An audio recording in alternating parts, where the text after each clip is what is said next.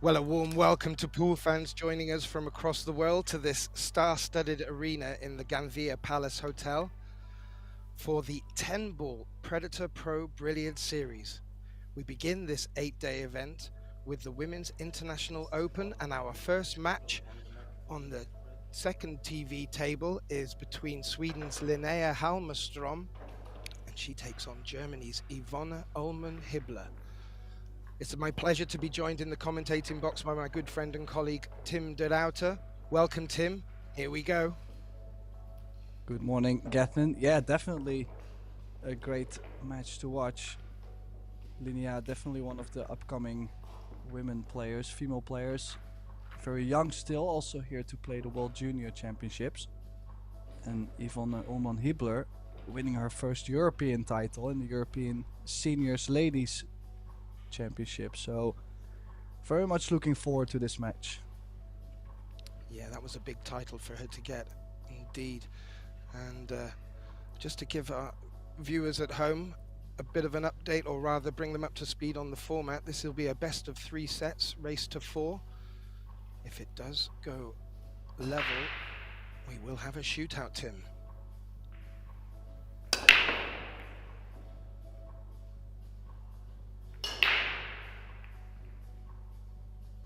Well, not the best of starts for Yvonne if you look at where the one ball is staying after the break, and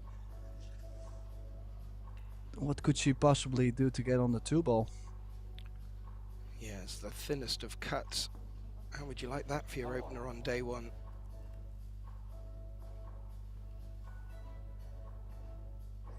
She might be able to slice it in with inside spin and get to the left side of the two. She caught it thick and might be behind the 4. Oh, I think she may have held for the 2 there, Tim. It's going to be tight.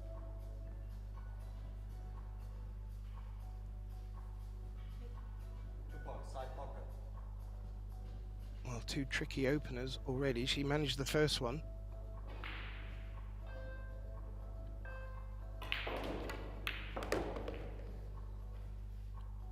Well, that was a confident pot, Tim. Does it pass the 10, the 3? Maybe just useful to note to our American viewers and from across the world, she cannot call the 10 ball here and close out the match early. It does pass. Well, I'm not too sure actually, because I do believe the game ends when the shooter legally pockets the 10 ball on a called shot when it's the only object ball on the table.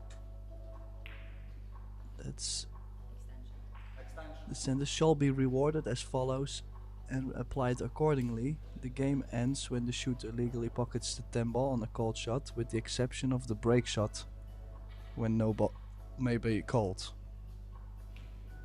So I think the early 10s are allowed.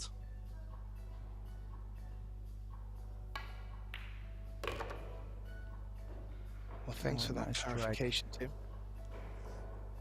And while you brought us that information, I have to say, this young lady is playing very good pool straight out of the blocks. Well, she's always been a very straight shooter, and of course over the years she's going to be learning more and more about the game itself. And then I also seen on her Instagram a couple days ago, before this event, she was playing some snooker too. So definitely trying to prepare well, and she's looking very good so far. Yeah, you have to be a straight shooter for snooker rather.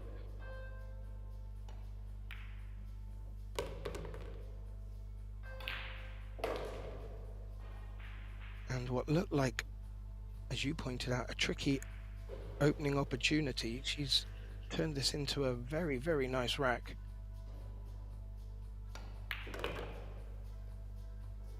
sending a good message out to her opponent who sat in her chair.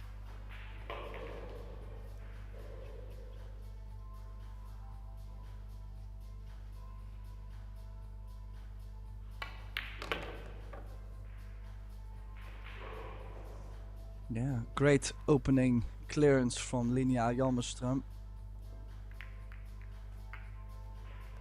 Of course, still a long way to go, but it's always a great feeling to show your true form in the opening rack. It's definitely something a lot of players struggle with. Well, it also says, do not try break against me. That's not a bad message to send out.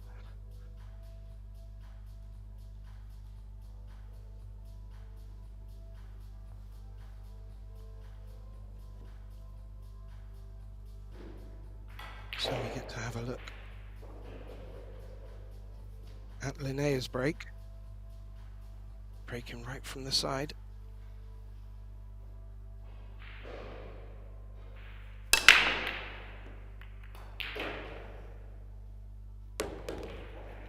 She had a lot of power in that break, Tim, and she did make a ball off the break. I'm not too sure how she has a look at this one ball, but a lot of power. Well, if she feels like the angle to the side pocket is tight, she could play the one off the A2. So this is pure preference, in my opinion.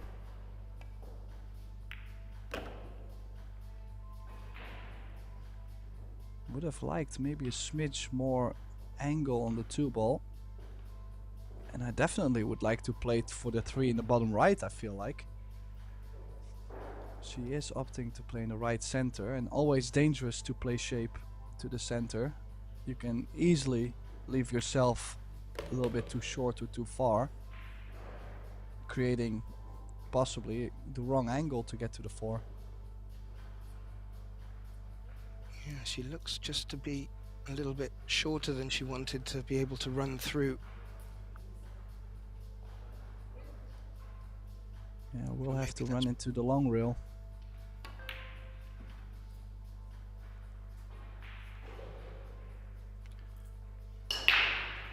Yeah, and in having to force that, she missed the pocket. Has she run safe with the 4 ball coming to her rescue? Well, it certainly looks like.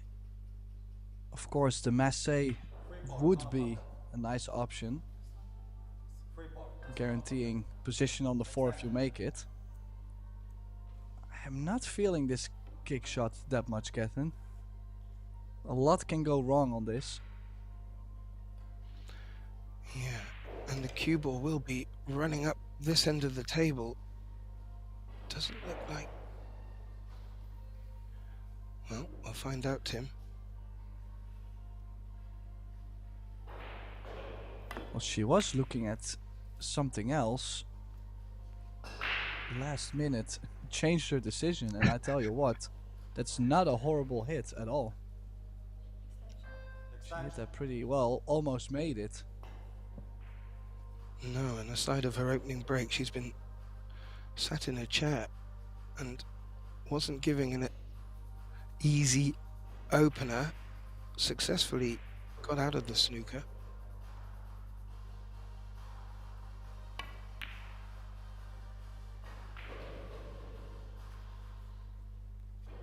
Well, she went full-blooded for that again, and I'm not sure the 4 ball has come to the rescue this time. So Ivona gets a better look at the table here.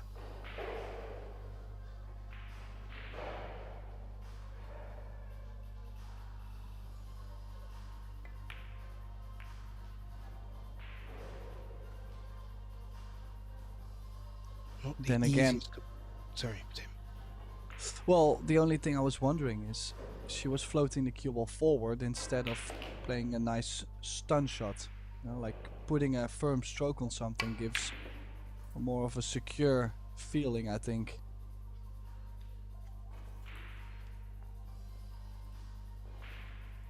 Yeah, I agree.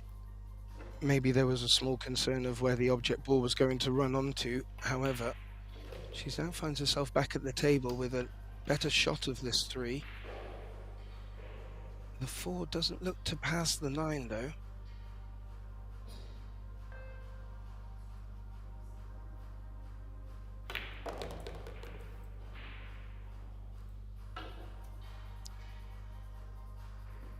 And that is trouble.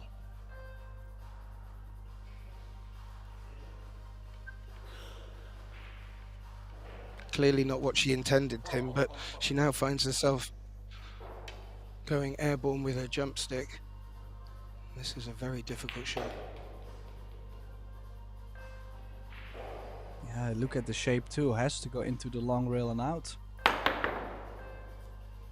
Super tough jump. Yeah, did very well to contact that. Has left Linnea with a somewhat open shot at the 4, but needs good cueing.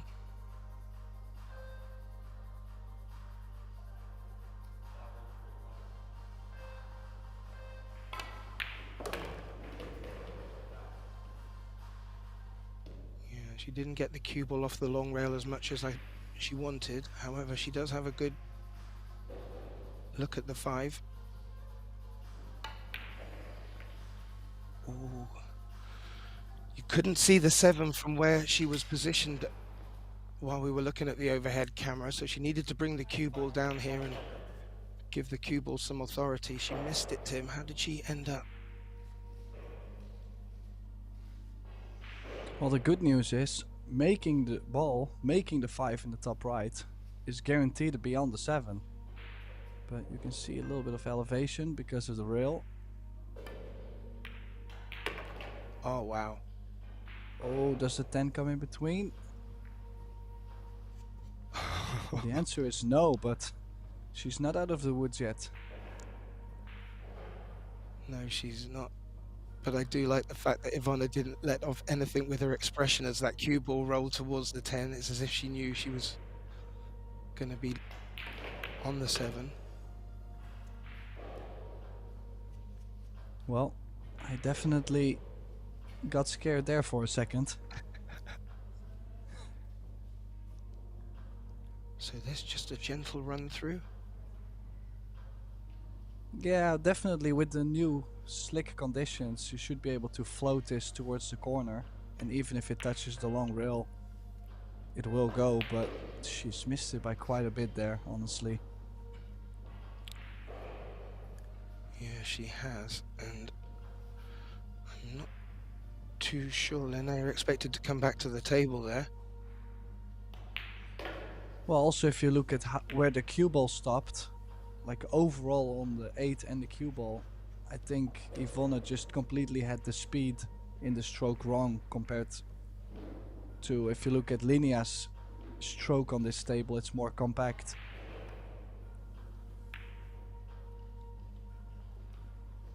Okay, so a couple of containing safeties here. Neither player really wanting to give away this second rack.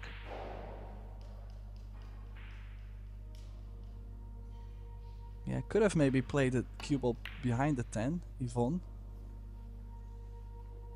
Same for Linnea, could have possibly played the cue ball behind the 10. It's as if they're not wanting to hit the object ball too hard at the moment. Yeah, and also if they have to play a lot of spin, it's gonna bend more into the object ball, which maybe they're not feeling that at the moment, so they're trying to, well, not sell out basically, instead of trying to win the rack instantly.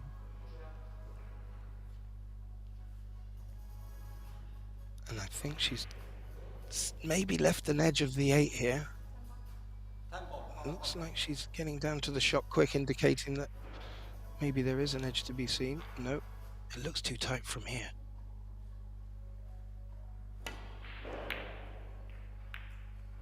Well, did she call the 8 or the 10?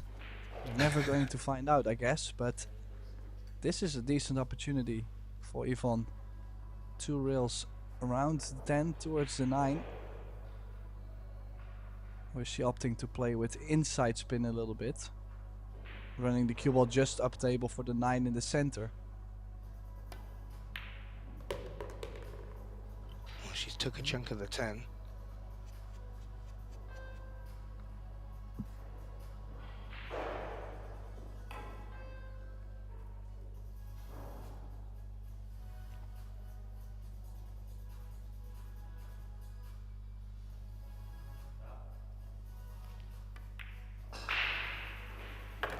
Yeah, she makes the 9, keeps the cue ball in very good shape in the center of the table.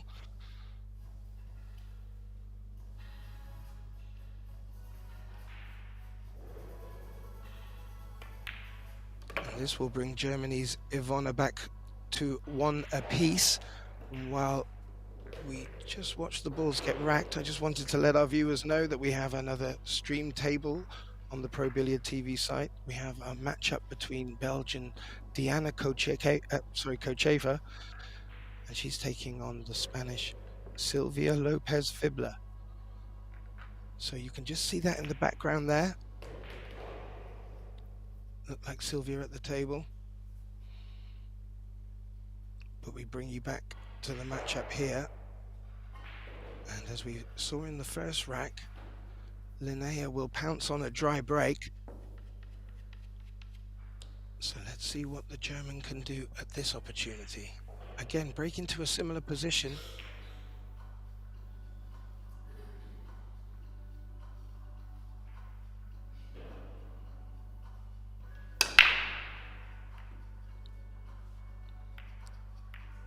Oh, the cue ball just got a nudge from the 5, Tim, and scratched. Didn't look like she was going to make a ball off the break, but certainly the scratch won't help. Yeah, she did complete the run out without the ball in hand. So you would assume with the ball in hand, this should cause no problems. But there is always that slippery banana somewhere. Yeah, and it may be where the 5 ball is positioned. Yeah, with the angle she's left herself on that 3 ball, it's very easy to go to the right side of the 4, and then it will be more difficult to get to that 5 ball. See, this angle is not my favorite one to get to this 5 ball. So you might have to play low right and try to stay away from the 9. Well, it looks like the 8 isn't going to come in the way of her stroke, so she could get deep into the cue ball.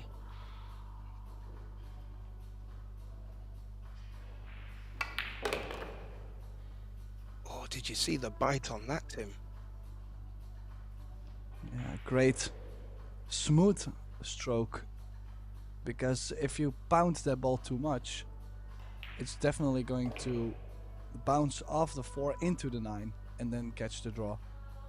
So she's hit it really well, and that's also a good sign for her, because when you start to hit a couple balls like that, you're feeling the table, the cue ball, and that's where confidence grows.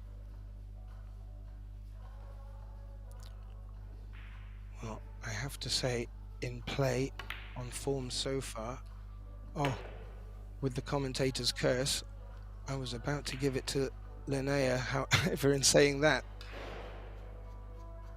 she put the 6 in the wrong pocket and gives the cue ball back to Ivona. 7 ball corner pocket.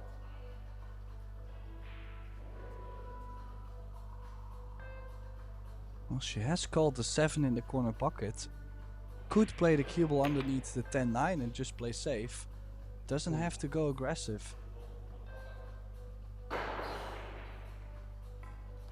don't know, I just heard the shot clock start before she played that shot, and it looked a bit stabby of a follow through for the German. Just wondering if the shot clock played a part. Both players on a 30-second shot clock. Both have 1 extension per rack.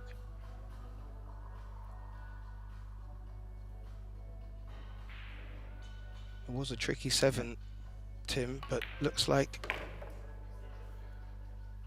well, I wasn't going to say the 9 passed the 10 here. But it does, so that's the good news. Oh, there's the great camera angle. Thank you, guys. Yeah, that 7 ball Yvonne took on is one that obviously it's makeable, but that's how often have we seen a shot like that being missed? The throw with the cue ball, the spin on the new equipment, you're more gambling on, well, whether you're gonna hit it right or wrong. So I'm a little bit surprised she took that on.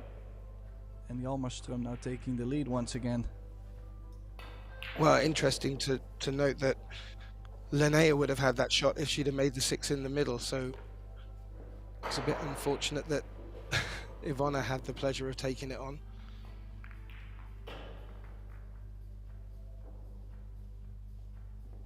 And we are at 2-1, Tim. If I'm right, they've both all gone against the break. I'm trying to do the math in my head.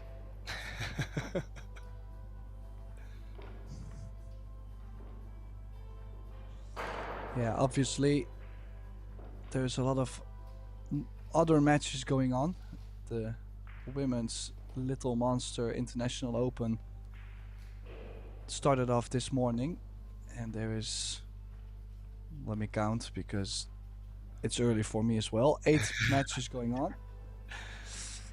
Just make sure to check out everything on probilliardseries.com. The draw is there, the protocol is there, prize money, all the participants, so you should be set for this 2 weeks long of pool. Yeah, live scores, fixtures, so you can see when all of your followed players are coming up, and more importantly, you can find out what's coming up on the 2 stream tables. Both tables brought to you with commentating for the next 8 days. And I saw the 10 ball and another ball go off the break there. Again, another powerful break.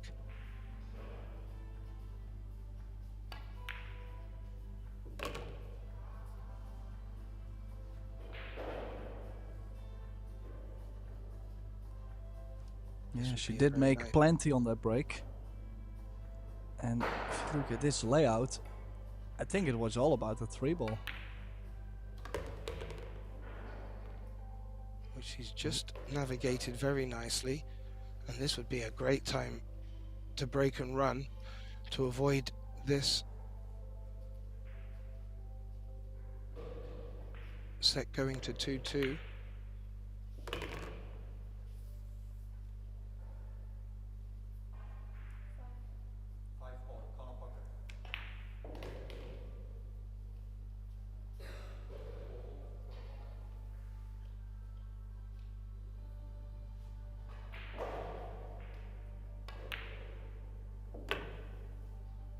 Makes the 5 nicely, had a nice bit of room to run into.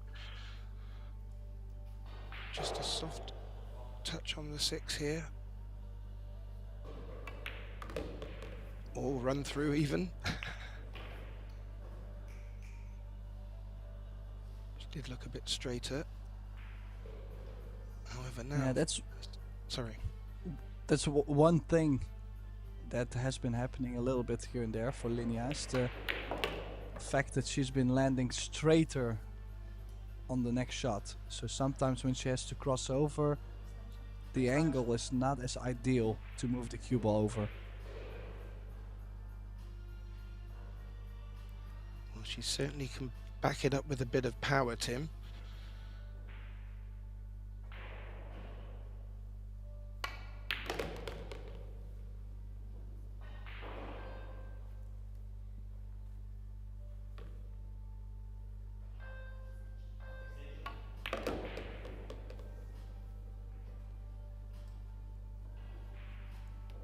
Can make it look very simple, Tim.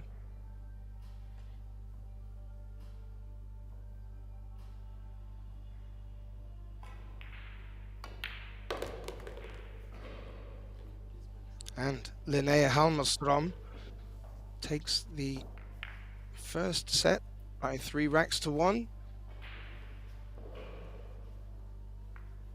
And that did look like it could have gone to a hill thriller, but a great break and run there. As you mentioned, needed to open up with some good positioning on the 3. And from there, ran out and did make it look rather simple. Now this set will be a must-win for Ivona. I think if anything, she just needs to get her break working. It's not really seemed to have worked as of yet on the TV table and the new class.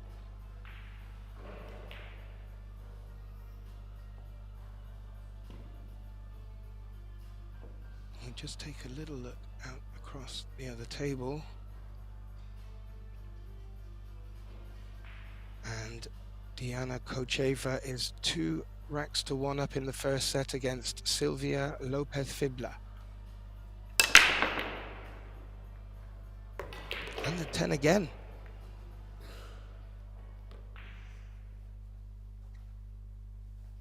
Yeah, that usually tells us that the table still has to settle in a bit. It's not easy to get the balls perfectly frozen on the new equipment.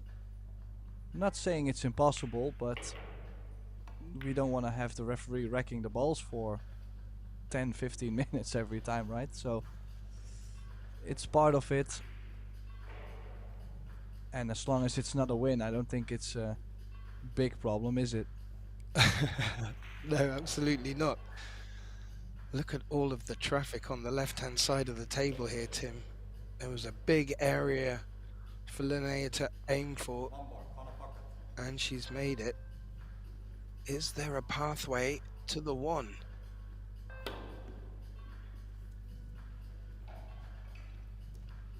Maybe was looking to hook and with a bit of side drag that 1 ball around the 10 ball somewhat, but it was a very difficult shot. And gives ball in hand now to Linnea. Oh. I think she might have just enough, but she did not really give herself an easy way to bring the cue ball out. It looked like she was burning the cue ball with a stare to slow it down. And I think she locked herself with the 4, Tim.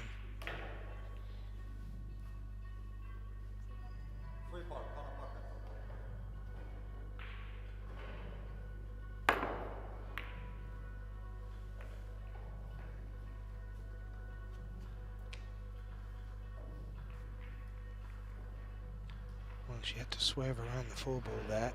Did it successfully, but didn't make the pot. And Ivona finds herself at the table with the cue ball locked against the short rail.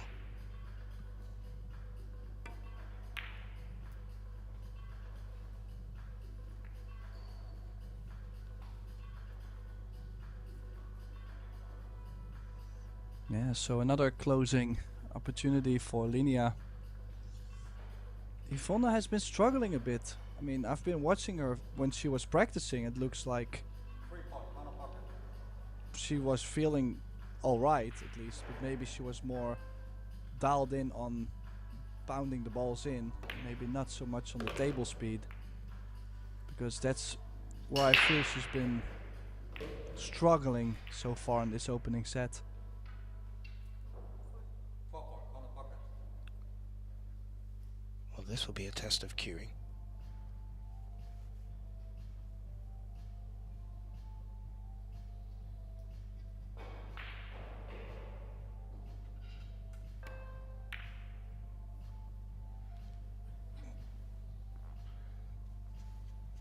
She had to play it at dead weight, and the 4 has rolled up the long rail.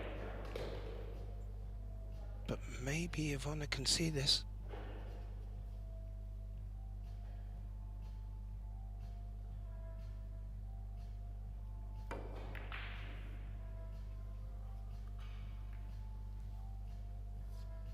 she overcut it.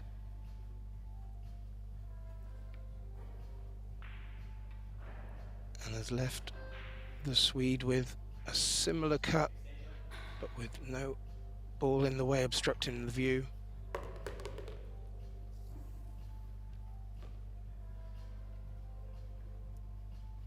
Played that very nicely into an area where she could stay on the 5. The 10 ball was looming. Would have liked a bit more angle, so she's going forward again. That's the thing. I mean, with how nicely she hits the ball and as straight as it is, if she gives herself a little bit of a more natural angle to work with, I don't think she's going to miss a lot of balls. Well, you mentioned earlier on that you'd saw her playing some snooker. Oh, as she misses that 6 ball, Tim. I was just about to say, snooker players tend to like to keep the shots straighter and not have to move the cue ball as much, and maybe that has just dripped into the pool world for her a bit. I know it's a habit that I used to have, but it does leave you more work to do when you're straighter on the ball and you need to move that cue ball around. Quite right.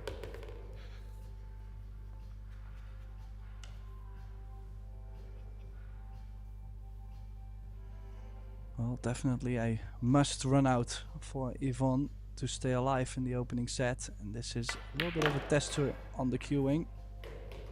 Very nice. But doesn't want to be straight and, well, on the rail or close to the rail. I think she might have gotten there, so jacked up draw.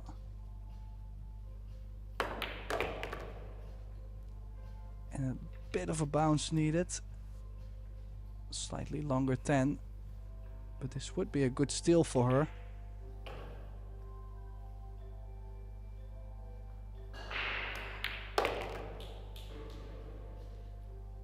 Absolutely. That was a very tough shot. Jacked up, having to screw back that straight shot for the 10.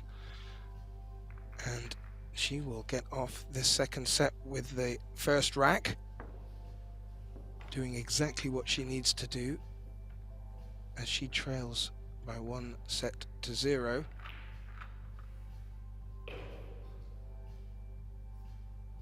As I mentioned just before the second set kicked off, her break needs to improve.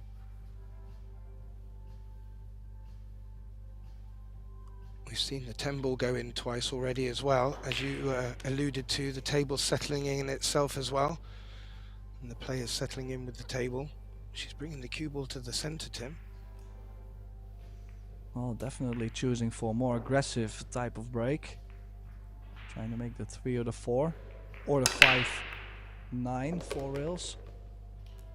She's made one. Is she gonna get the shape? The answer is yes. A run out would make this a hill opening set.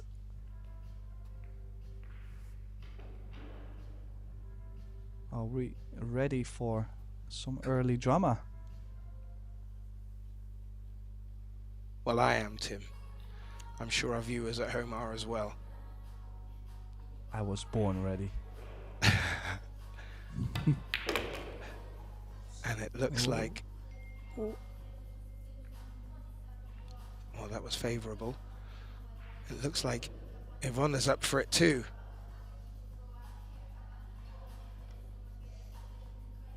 Yeah, definitely. Key shot was to get from the 1 to the 2, and that little nudge on the 2 ball did give her the cut. Make this get on the 3. Now suddenly it becomes a real chance. Then again, just slightly missed it.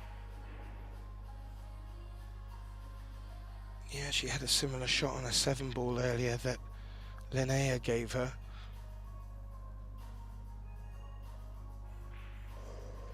Well, and those are not easy by any means. I mean, she had to play with some spin on the ball, and when she missed the 7 ball, she overcut the ball. So now maybe she was already thinking, okay, last time the cue ball curved on me, so now I'm gonna aim a little thicker. And now suddenly she's missing on the thick side. And that's, I think, very difficult for the players that play, for example, on an older cloth back in their pool room or on their local table. And then they get to these events where the tables are playing brand new. It just reacts so much different.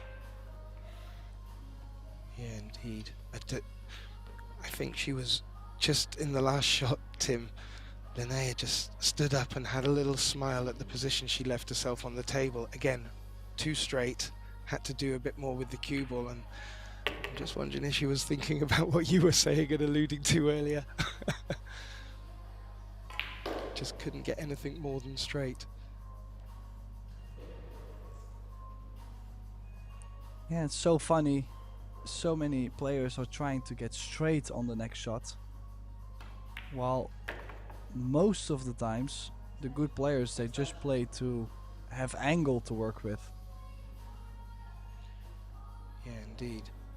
I've heard a few players around the tables alluding to wanting to finish high or low, not straight, because they like an angle to work with. A little bit of a tester on this. She's playing low in the cue ball instead of high right. Traveling the cue ball more. How is the pace? Oh, wow. Well, she's definitely got the pace down because she's landed, well, I would say maybe not ideal. Straight would be ideal, but she's definitely landed well enough to close out the opening set. So the first set goes to Linnea Hjalmarström. And overall, I think a strong performance if you consider that this is her first, or both players' first match in this tournament. Yeah, absolutely. I really thought Ivona had put herself in a good position there, and Linnea had to do, well, she had a hard job to do on that penultimate shot. If that's the taste of things to come, with that sort of power, she could really be a force to contend with.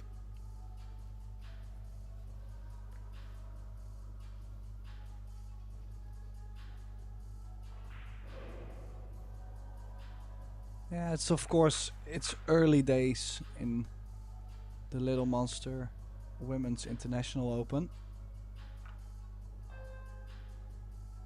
Definitely some players in it that could cause a shock. For example, from the Netherlands, Jolien Schuurman. She's playing Hidret Goldberg at the moment and up 3-2 in the opening set. Of course, one of the favorites, Shasha Liu, has won the first opening set against Astrid Santos from Guatemala. Well, she's had to travel a long way to get to the arena here. We're about an hour south of Valencia on the Mediterranean coast. If you were looking at a clock around the number 4. And we have got 8 days of fun, Tim. 4 separate events happening, 3 Little Monsters events, women's international, men's international, and the mixed doubles. And we also have the Predator WPA Junior World Championships happening, under 19s and under 17s, the best of the best. And I'm really looking forward to seeing what sort of the next generation of pool is looking like coming through. I think we're looking at Linnea here has come through the ranks in a similar fashion, but these really are the tournaments that get these players head to head, and we're going to be in for some real exciting stuff, I feel.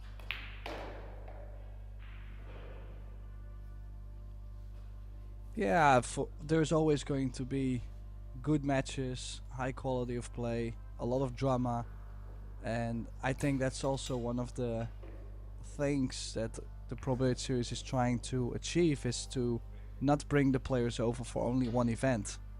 I know that a lot of players are happy to play a couple events because they're down, well, quite a bit of money to travel all the way to Spain, for example, and then to just play one event. That's just not the best way to run these events.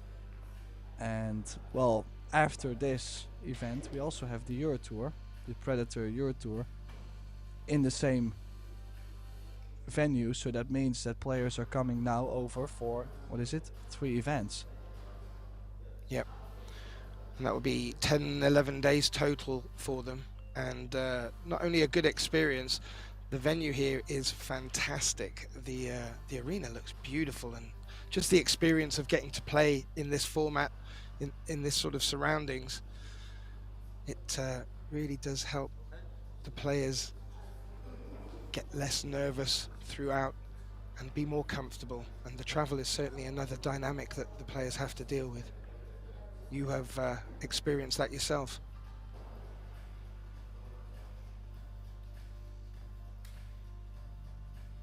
Yeah, I have to say, for me personally, the traveling never really hurt me as much as I expected.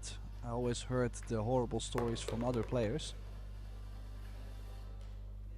But definitely one of the challenges to stay fresh, especially if you play all the events throughout the year. Well, we saw the 10 ball go in again, and I have to say the last 3 or 4 racks that 10 ball has been running towards the bottom right pocket. It does allow Linnea to stay in play, but not with a good look at the 2 here. Looking to lock that cue ball behind the 3-5. It's just leaked out a bit. Yeah, that was a great opportunity to leave the cue ball at least near the 3 or the 5. Yvonne should be happy to be able to nick this 2 ball.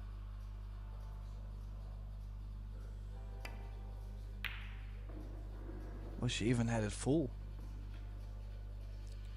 Yeah, the overhead didn't give everything away, but what she has managed as well, she's got that 6 ball in between the 2 and the cue ball. An easy 1 cushion escape, but not guaranteed safe.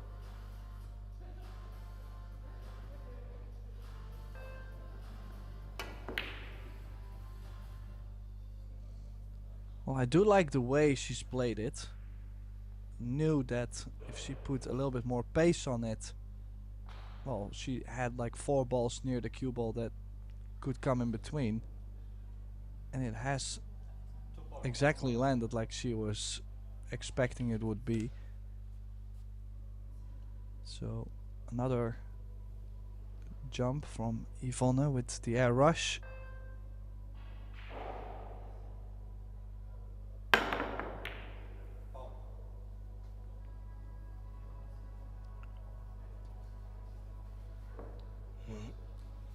Linnea got the foul that she was looking for. Ball in hand.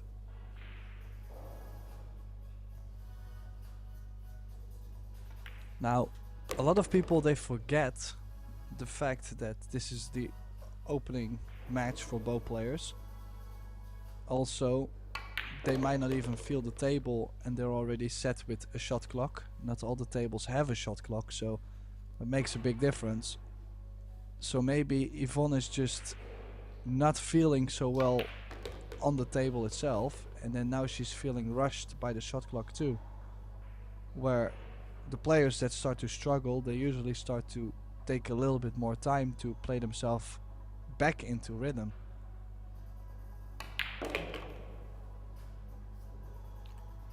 The shot clock does add a dynamic to the game, which is something I have yet to experience, Tim. But even as a viewer, it does add drama. So you can only imagine what it does to the players.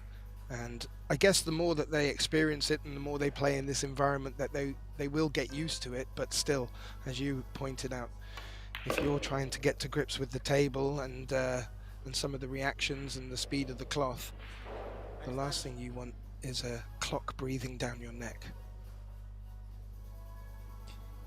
Well, also just the difference between playing 2 matches in a row without the shot clock and now you play on the table with the shot clock. it's easier to change because you've already felt the table and the conditions and you played yourself a little bit into stroke. But now, from the first second they joined the tournament, they're right under the shot clock.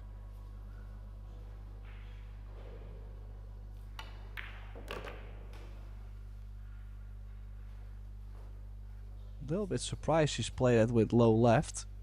Could have played with high right, running the cue ball 3 rails to the center of the table.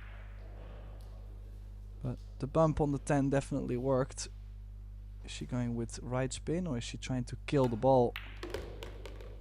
Oh, she chose to travel more.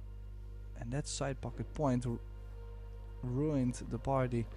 Yeah, she took a chunk of the middle pocket.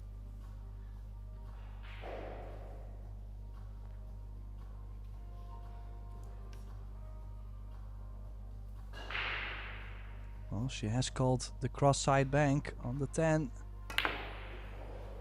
Oh, too short. And a gift for Yvonne that 10 ball will spot back up.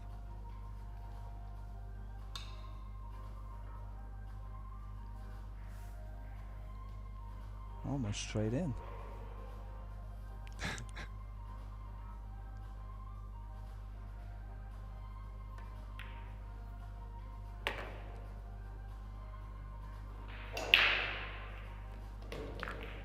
Well, that is the start she wanted. Maybe not in the fashion that she got it.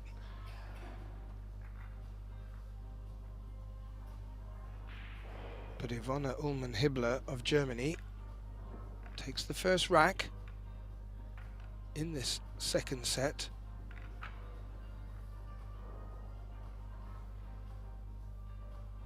And she will be looking to capitalize on this.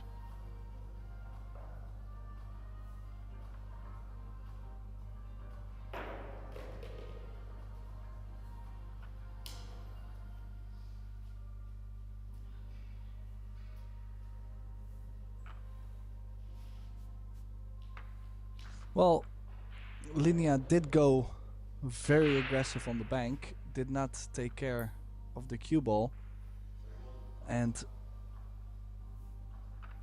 has to be careful doing or playing this kind of way because it's so easy to see the momentum change. Now suddenly nothing is going your way, your opponent is starting to strike the ball well, and before you know it, you're tied at 1, playing a deciding set.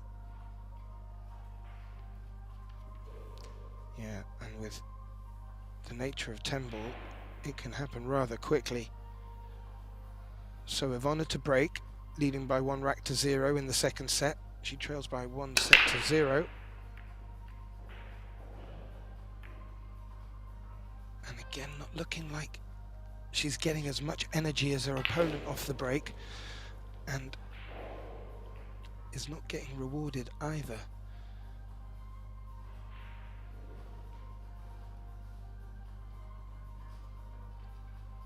Well, the 2 is in a tricky spot here, down at this end of the table, which may make her decision making on this 1 a little different.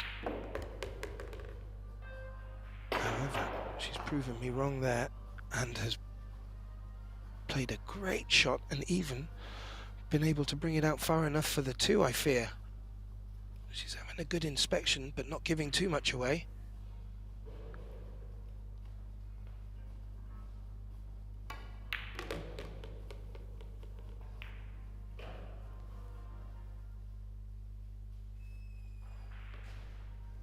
Well, this is going to be a difficult shot. I do believe the 4 goes to the left center. You will have to at least draw past the side, and you do not want to get close to the 7-6. Could land funny. See, it's so easy to put yourself awkward over a ball, or maybe even behind the ball. And now suddenly she has to do more on the 4 than she anticipated to. Yeah, that's a good call, Tim. She had to jack up there, because if she decided just to play it naturally, the 5 was covered by the 9 ball into the corner. And you're very good to pick up on that. A few unnecessary position shots there.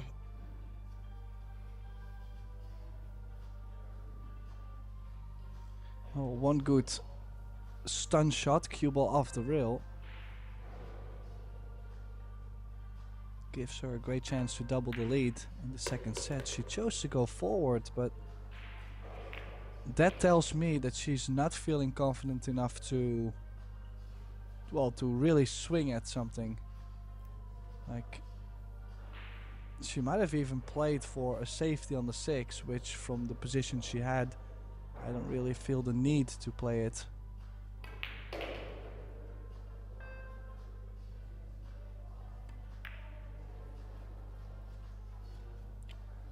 And she missed the 7 with the cue ball there. I think she was looking just to roll up behind that.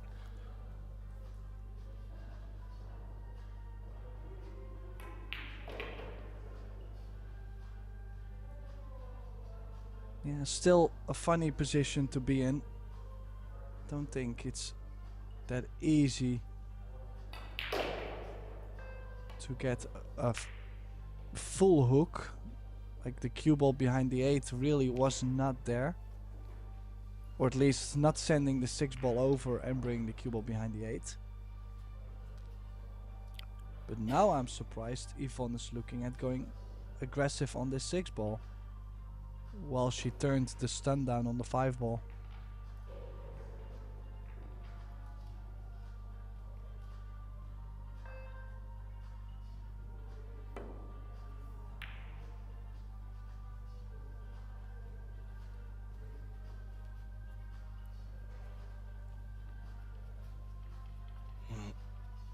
Maybe played the safety, that very hampered by the 8 ball there.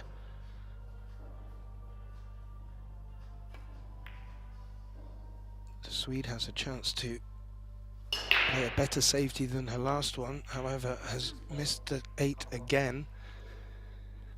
This one you feel is a little bit more of a tasty shot for Ivona to take on.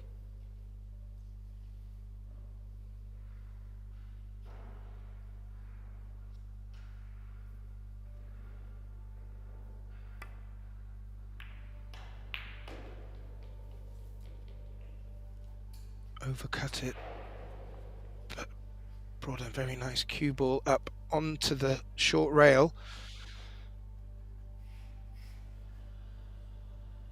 Will Linnea be forced into taking this on? Well, honestly, I'm not sure. It might be the young eyes, but I was not very much interested in cutting that 6 ball in. Neither was she. No. But has she sold out here?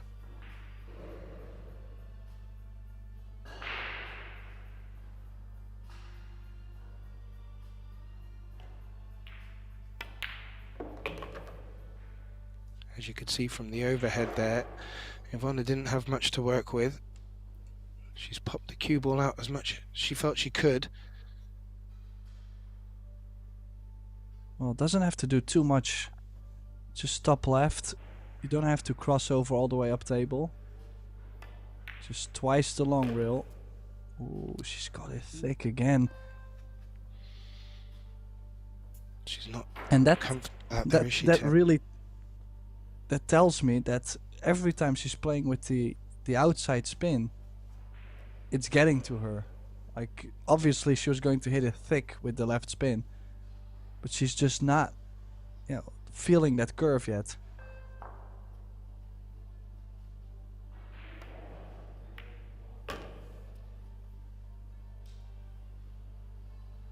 Needs that to slow down. Well, the good news is she doesn't need any spin on the cue ball.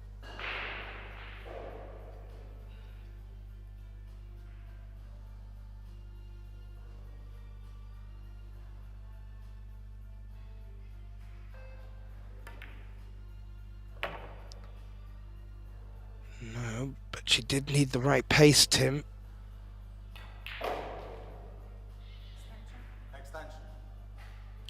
And that is a thin cut that she's inspecting there.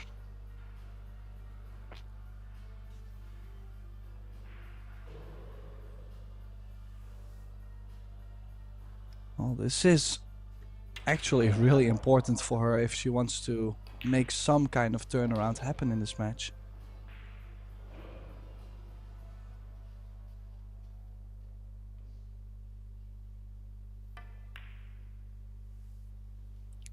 She decided against it, the cut, and went for the other corner pocket. And it's hung there a bit, that 10 ball.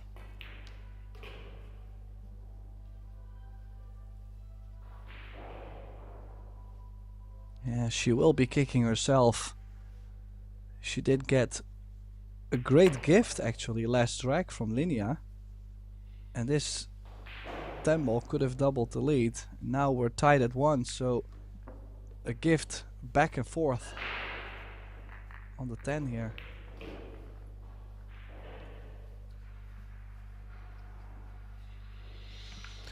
Yeah, and as you pointed out, that was a very important point in this match where Ivona really needed to extend the lead to 2 racks here. You just feel that with the way the breaks are going, Linia just needs to get that opportunity, and she will take it.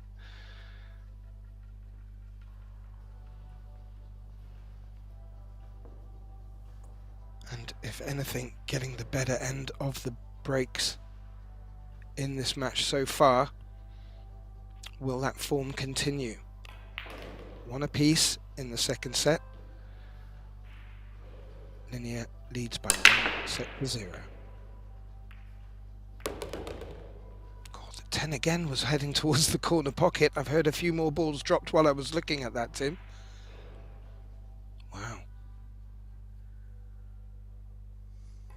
And shape on the 2. The 4 has finished funny next to the 7. Well, there's a couple options she's got. She could play the 3 off the 4 in the corner. That's very aggressive.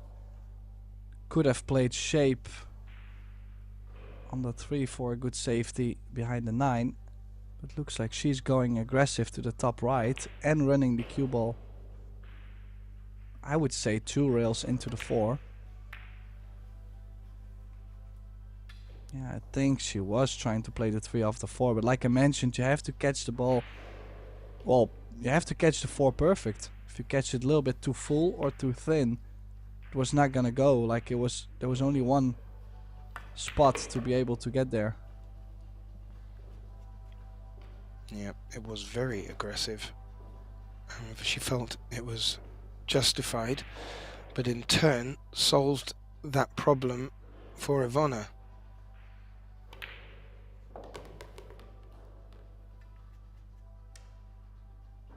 Well, this is a bit of a tester.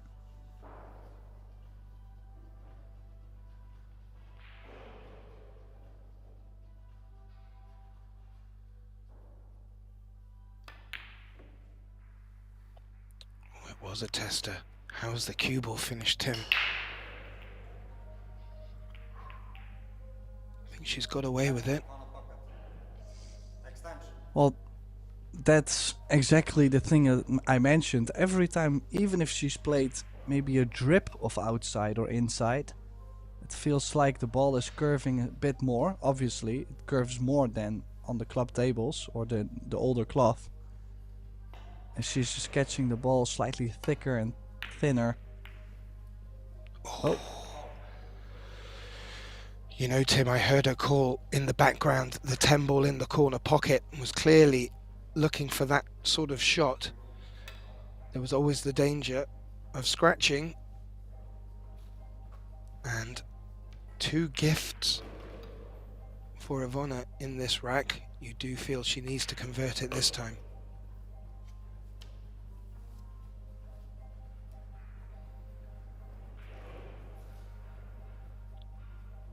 Does not need to do too much here on the 7. just to float in between the 8 and the 9. Well, I have to say, overall in this match, they've just been trading the racks back and forth, with the only exception when Linnea from 2-1 up in the first set, she won 2 in a row. Yeah, is that true? With that is actually not true. I was gonna say from 1 each, I think she won 2 in a row. Yeah, that's it.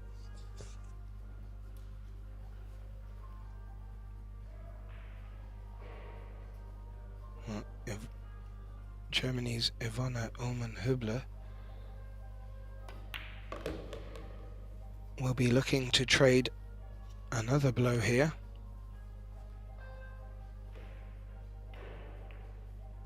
Well, and regain the lead in this second set. It would definitely, well, fit the back and forth, because this time there's no gift on the 10. Now 2-1, the German leading. I have to say, she is slowly getting into it, I feel like. Of course, she has missed that 6 ball, she won't be too happy with it. But I think she's at least starting to feel more comfortable under the conditions with the shot clock. So it's now just all about how is she feeling the cue ball. Yeah, as you can see in the background there, someone who is appearing to get very conditioned with the table. Belgians Diana Kocheva. She's leading by 1-0 and has taken a 2-rack lead in the second set against the Spanish Silvia Lopez Fibler. As we get back to Ivona to break, she leads 2 racks to 1 in the second set. She trails by 1-0.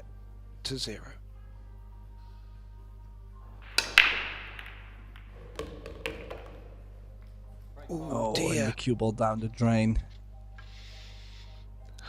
Yeah, really, the breaks have not been delivering for the German, and will that be the difference between the two in this match? The 1 has finished very awkward against the 5. Will Linnea be looking to lock that cue ball somewhere at the other end of the table?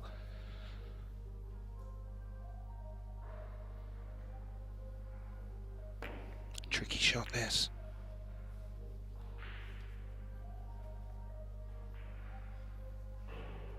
Well, she absolutely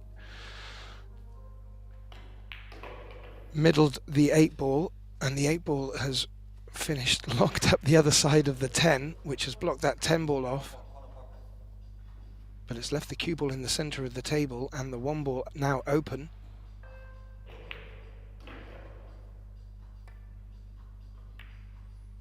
Yeah, this is a complete mess on the table. Did she leave herself at least enough on the 2? Can she still cut it in? Or does she have to bank the 2 ball out maybe and leave the cue ball behind the 6?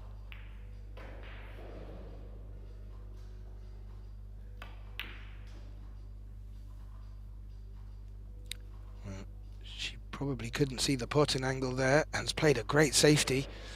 And that will keep the pressure on Linnea. She called a ball in that corner pocket, I believe. In the corner pocket down by the 8 ball here. Wasn't clear what she called. Where's the cue ball going? Well, the spin has kept it in the jaws on these Predator tables, and has left Ivona a look at this 2, a long 2, but with the cue ball where it is, the cueing is going to be very tricky.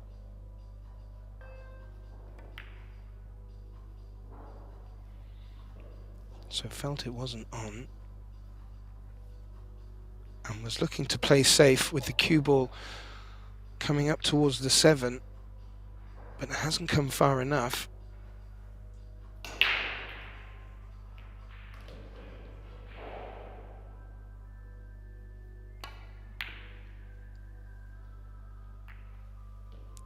gotta say, I'm a little bit surprised actually she went for it.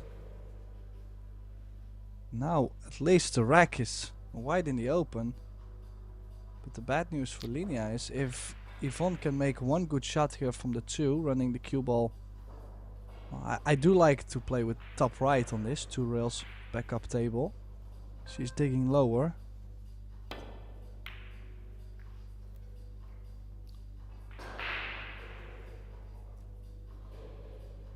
A little bit of a reward getting the hook behind the 7, but I was gonna mention if she makes a 2 and gets on the 4, this layout is really not too horrible, so it's just all about the one that makes a 2 and gets on the 4 ball decently.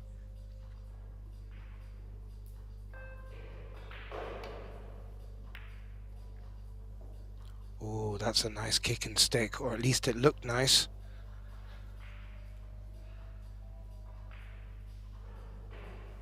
I'm not sure she's got it safe though, and Yvonne just inspected the potting angle. The 2 ball clearly goes from this camera angle.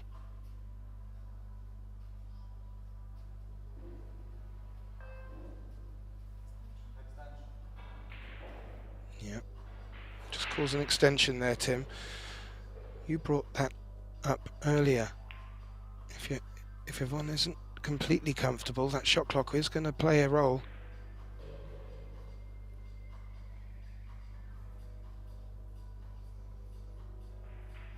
Yeah, she knows this is a big shot too. Yeah, scraped all of the pocket there. I mean, grazed all of the pocket there. Used everything. A bit awkward because she's got a slight angle, but the cue ball near the rail. That's why she's not even looking at drawing the cue ball back. She's even going forward.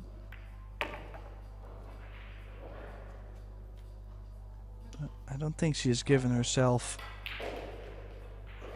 any angle on this. The only thing she can do is run the cue ball forward and take more cut on the 6.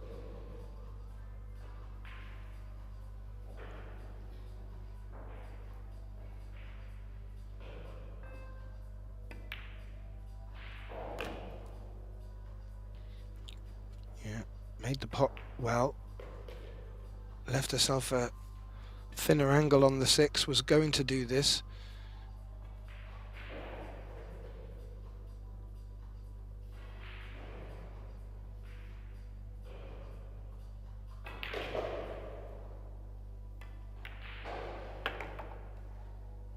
Needs it to bounce, which it's done. Yvonne just using her cue as a magic wand there.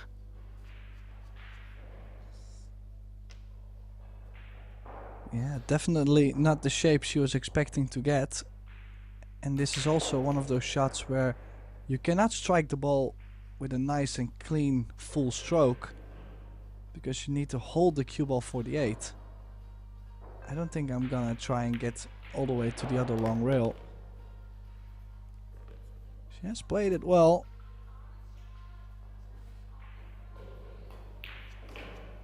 That's what I'm saying. I feel like every time she has to play center ball, everything is coming along pretty nicely. But now every time she's using the spin, it's been quite the struggle. And this is exactly what I mean, Gethin. Yeah, and again, it was just as the shot clock started to come in as well, and I heard it go ding during the backswing, whether or not that played a part. But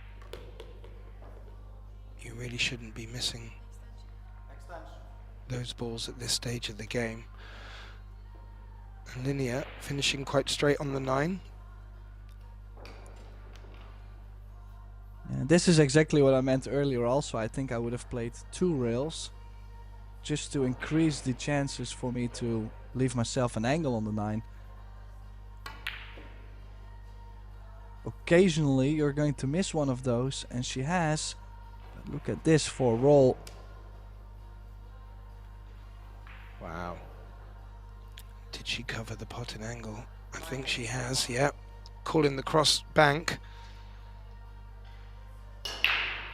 Well, definitely playing the safety. 9-ball to the short rail.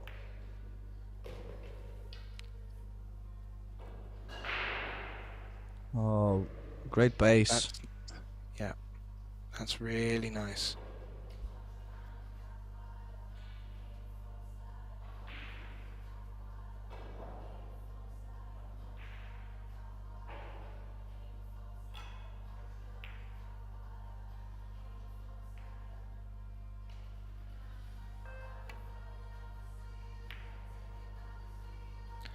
Looking to bring the 10 into play and has done that beautifully. What a great return from Linnea.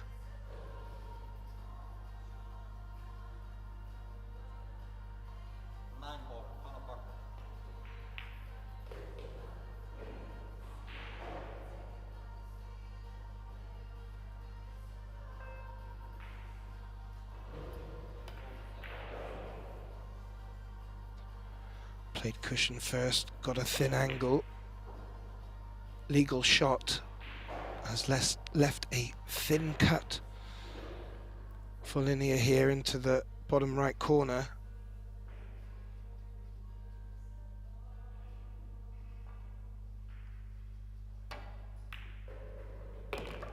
Ooh. Oh, and it wiped his feet, Tim.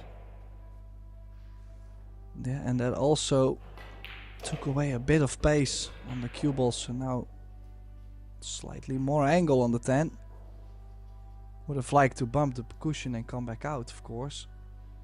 And this to tie the score at 2. Missing this would be, well, horrendous, I would say, for her in this second set. But she's made a nice clean stroke once again. She is hitting the ball very nice and crisp. So we're tied at 2 once again. Indeed. And as you said, these girls trading blows. Neither of them wanting to give an inch. But that was a very strong 10 ball after just finishing a little bit out of position. So maybe there's a chance that Linnea can keep the momentum with her here.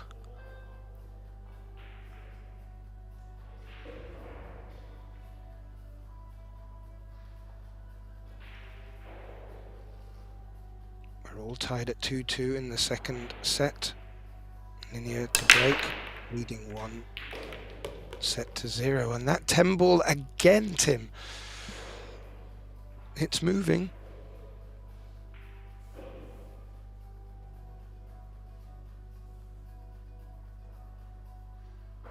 And with the 10 ball dropping, keeps Linnea at the table.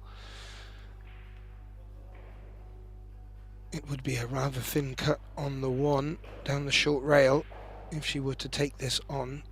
But with the traffic where it is in the center of the table, she may feel that there's more benefit playing safe.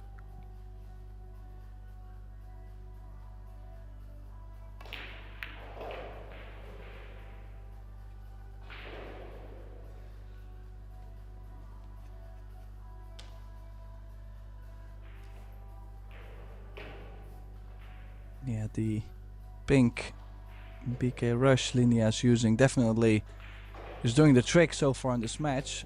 Usually in this format, I mean, I've had the experience so far with all these Pro Billiard Series events, the fact that sometimes people are breaking their absolute best and they cannot just manage to make a ball on the break, and sometimes they're hitting them the worst and they're making 4 balls on the break with shape. So the break, sometimes some luck involved, but maybe she has found something on the break, because she's not only been making that 10, she's been making multiple balls at the time. And look at this for a shot. Almost to cover behind the 8, but certainly distance and a difficult shot on the 1. Yeah, that's what she was looking for, to get it behind the 8. And yeah, you may be right. She's getting a lot of balls moving off the break and getting reward from that. And if not an open chance. She's not afraid to put a good safety shot in. Ivona going for that one ball with the hope of good cue ball as well. The cue ball, and it's got some good distance.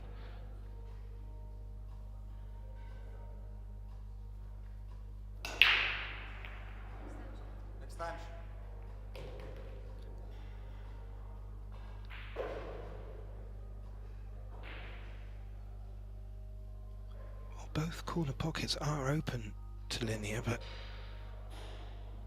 she's just taking a bit of extra time over this. Oh, and I do like the way she's played that shot, Tim.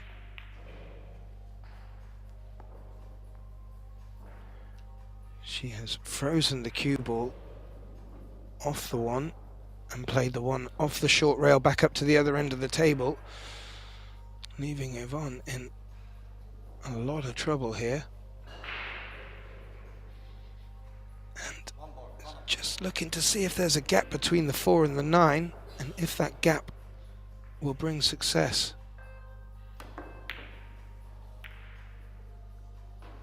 She gets out of the safety very well and hasn't left the easiest of ones for Linnea, so that was a good shot by Yvonne.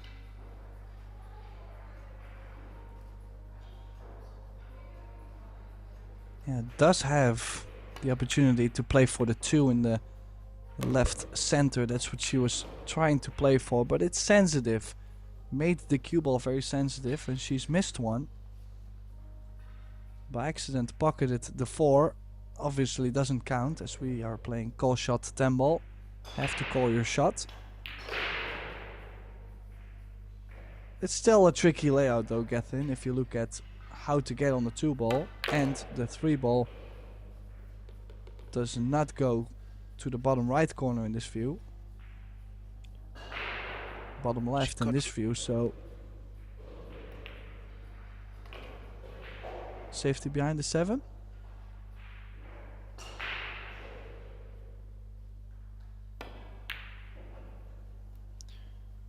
Yeah, trying to play a similar shot to the shot that Linnea played earlier, but not with as much success. Or is there from this angle? That looks rather tricky, and maybe Linnea would have to go airborne. Well, is that 10 ball slightly in between to where she won't be able to cut it? Does she have to play with left spin? There's those things. Yeah, I don't think she was able to make the 2. She was just trying to send it up table. Just not enough draw on the ball. And now ball in hand. And now maybe from the 6 to the 7.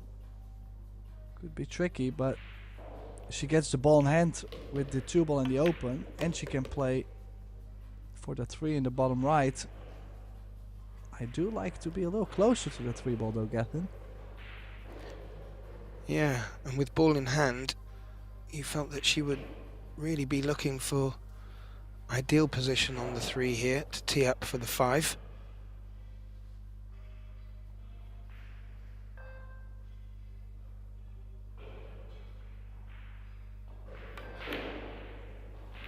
Oh, and just hit it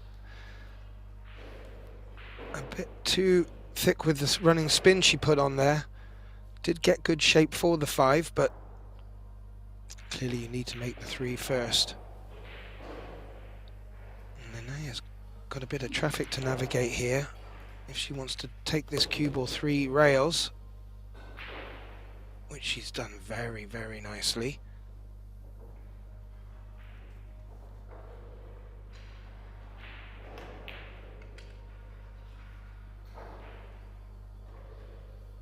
Just adding the extension to her cue here, bit of a stretch.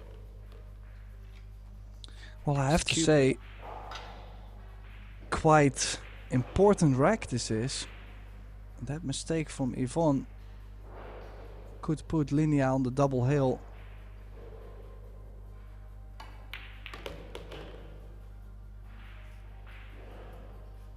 which now she's got ideal shape from 6 to 7.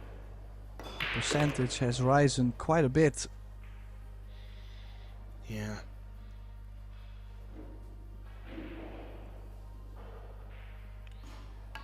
And I feel that Yvonne has had one or two opportunities through this set to run away with it and hasn't taken them, and in turn has allowed Linia to turn this scoreline around, and as Tim said, take a double hill position, leading this set 3 racks to 2. Only needs to win one more rack to take the match. Yvonne needing to win this. It's a must-win, Tim, for Yvonne. Yeah, always a scary position, of course, to be in. If you consider you're in your chair now, hoping for possibly a scratch or something funny to happen on the break. But overall, we've seen Linia making a ball on the break every break. And also, I mean, obviously everybody's aware of the fact that she is capable of running out. So she might not even get back to the table. So a little bit of a worrying position for Yvonne. But let's see what happens.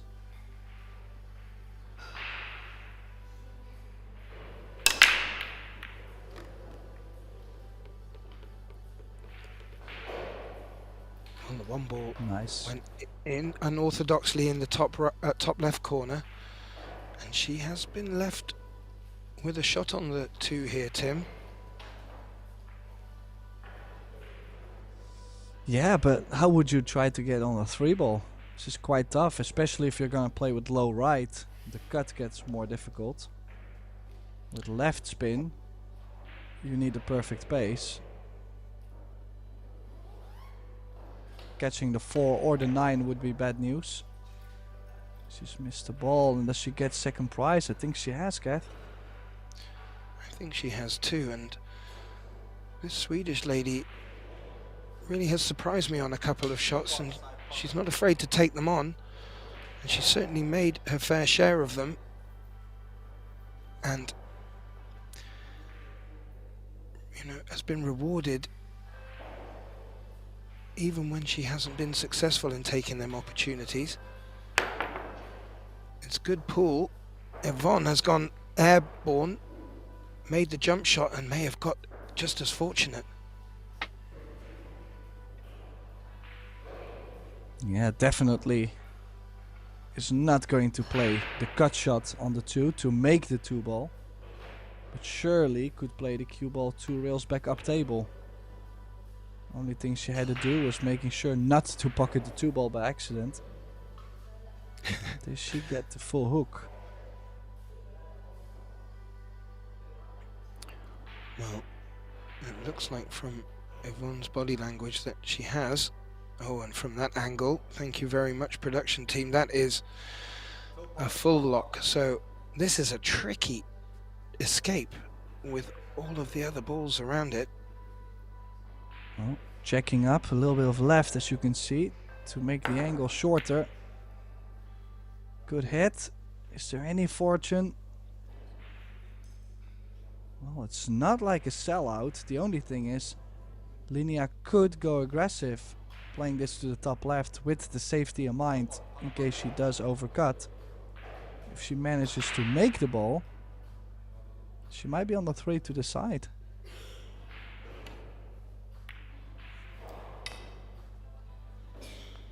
Oh yeah, missed it on the wrong side. Yeah, caught it thick, and that's held the cue ball up down that end of the table. So that great escape from Yvonne looking to pay dividends.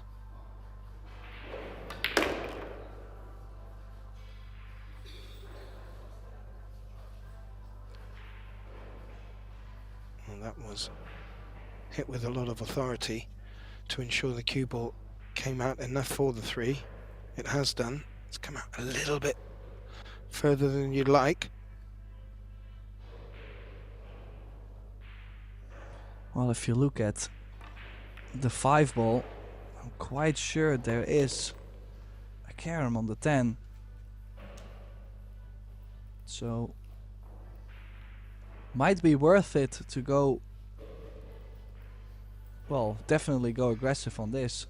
You don't have to do too much. If you go 2 rails back to the center of the table, I think might be already enough for the carom.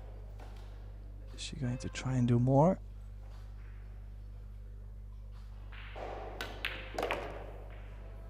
Oh, she did. It's a bit of a rub. Well, it's... I was gonna say, it's honestly not too bad. The only thing is the cue ball landed very close to the rail.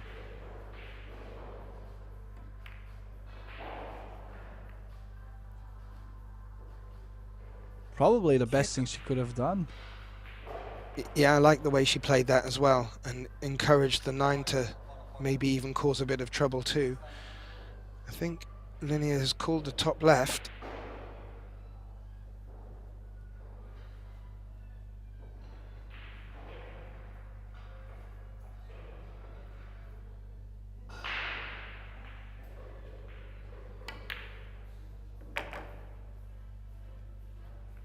But she has hit that.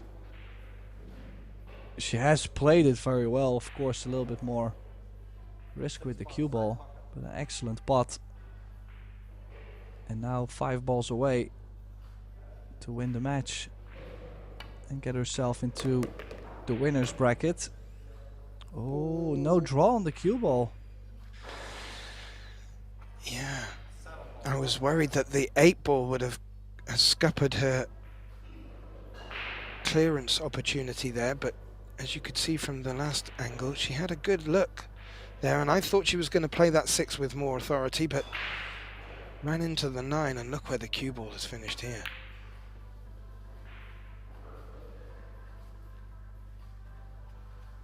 Oh, the 7's just run past the centre pocket, Tim.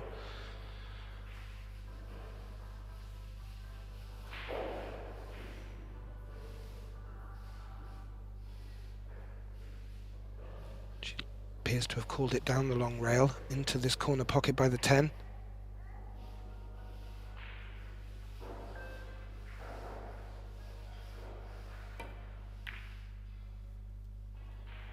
A bit of body movement. Could see her moving up and forward on the shot. Usually shows us that the nerves on that shot, a little bit insecure. Not sure whether she was hitting the right spot or not, so trying to... It's almost like trying to help the cue ball to be on the right spot.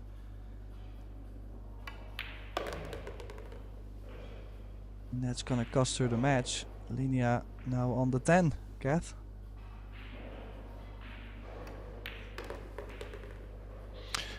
And that's it. As you called it, Tim, Linnea Halmstrom was on the hill and only needed to win one more rack to close this match out, and has done. The scoreline looks convincing at 2-0, but Ivona Ullmann-Hübler kept this match very tight throughout. I just want to say thank you to both of our girls and good luck to them. It's a double knockout, so Yvonne is still in this. Coming up on this table will not only be Tim de Ruyter and myself, but we will be joined with a matchup in the winners round between Savannah Easton of the USA and Shirin Volleri of Switzerland. So please do stay tuned. That will be coming up in the next 25 minutes. And as you can see, it looks like the match has finished on the other TV table. A big thank you to Tim de Ruyter, and we welcome you back in 25 minutes. Thank you.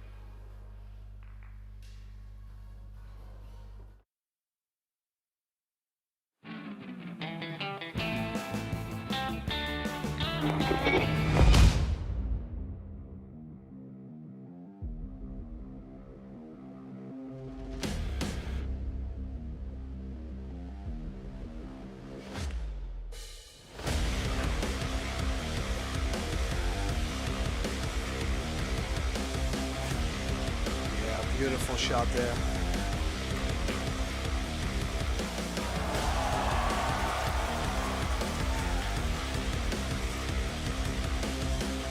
Oh, wow. Stop it, please.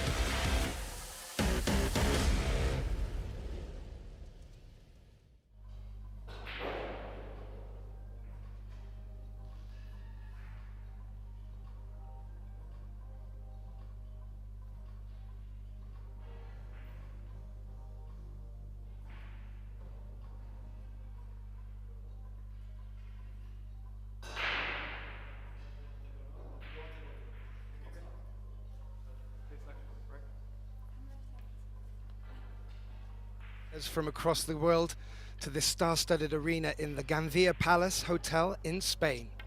It's the 10-ball Predator Pro Billiard Series, and we begin this 8-day event with the Women's International Open.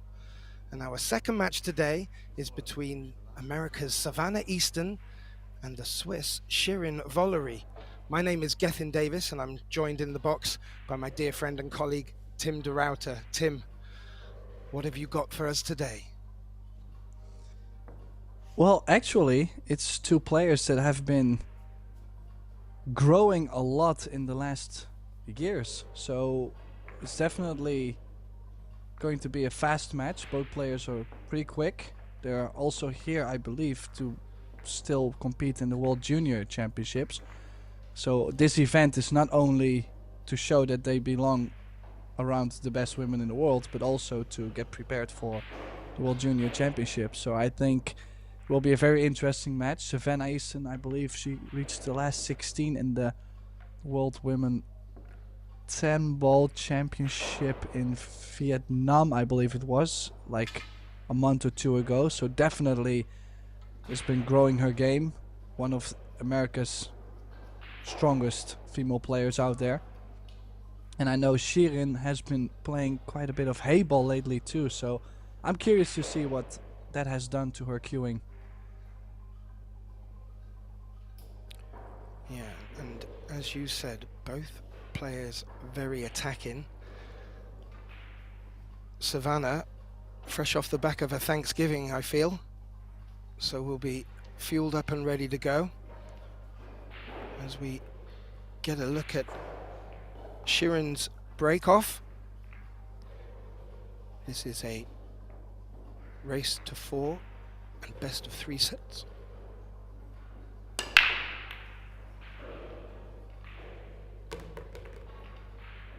Breaking from the center, making probably one of the not so usual suspects.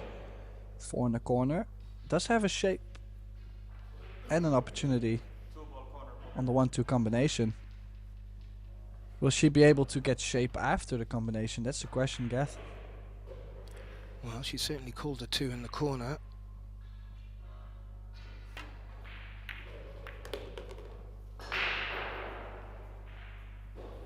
Well, the 1-ball looks like it may pass from this angle.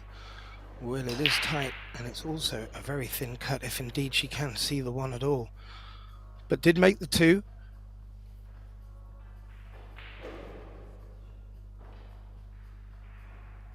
This would has suggest to be she careful. cannot. Could scratch off the back of the 6 here.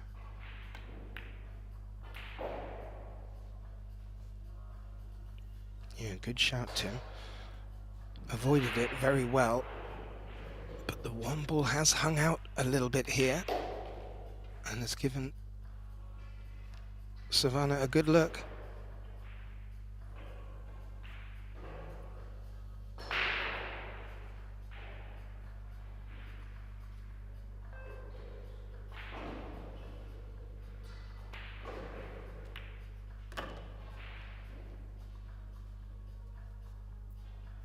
She had to play that First. delicately, Tim. Yeah, and especially thinking that's the first shot for the match.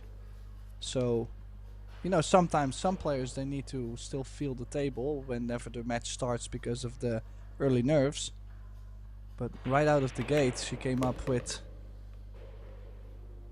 a nice opening shot. But now she's lost the cue ball a bit. Yeah, she looked to hold it off the short rail with some side, but that did take some of the speed out of the ball.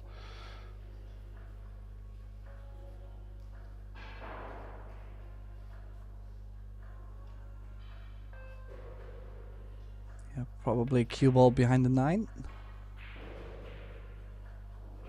The 8 does come in between. Could have... Ooh! Never expected that to go all the way, but it did. Could have maybe used the short rail as well, loading the cue ball up with some right spin to widen the angle. Well, it was certainly It's an the early right mistake. I think it was the right decision to go up there, Tim.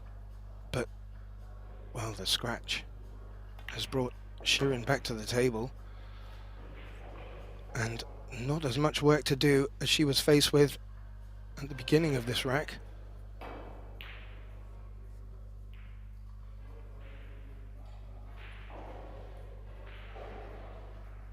And a nice angle on the 6 to make sure she has angle on the 7. I'm not too worried about this part. The only thing that could go wrong is if she plays for the 8 in the top right corner. She doesn't want to leave herself the angle running towards the left. So she chose to make sure that she was always on the correct side of the ball.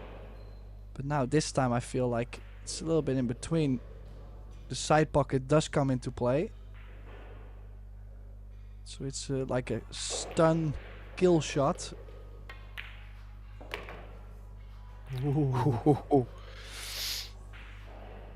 Uses both knuckles there. However, has come out in quite a nice position here.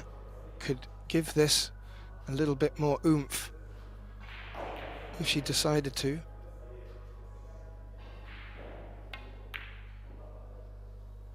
Oh, and there's a couple things I find very interesting in that shot. Is the fact that, for example, if you look at the cue ball, run quite far. So she did maybe punch the ball a slight bit more than a smooth draw on the cue ball. And that might have caused her to miss the 9. And also this 10 is a little longer than Savannah was anticipating to. It's a straight delivery.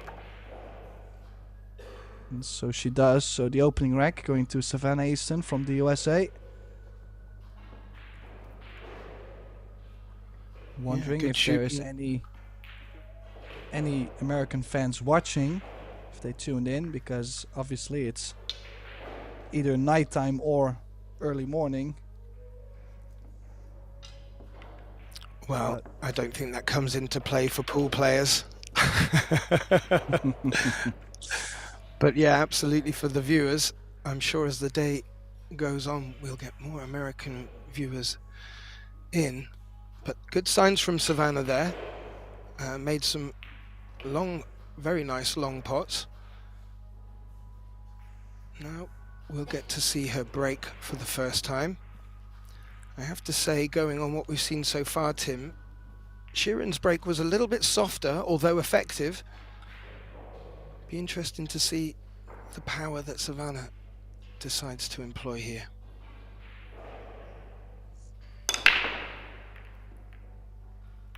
Well, I think also compared to, if you compare the continents together, in the USA, from what I've seen in the past, that's where the people always broke like hardcore. They went always a full 100% on the break. And then the leg kick and the big impact.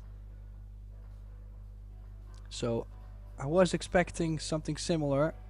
that's what she's done actually. Just not making a ball on the break. Lost the cue ball a bit.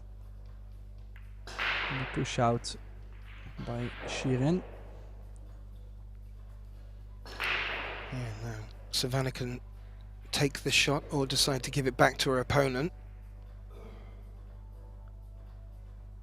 However, I feel she will not be giving this one back, Tim.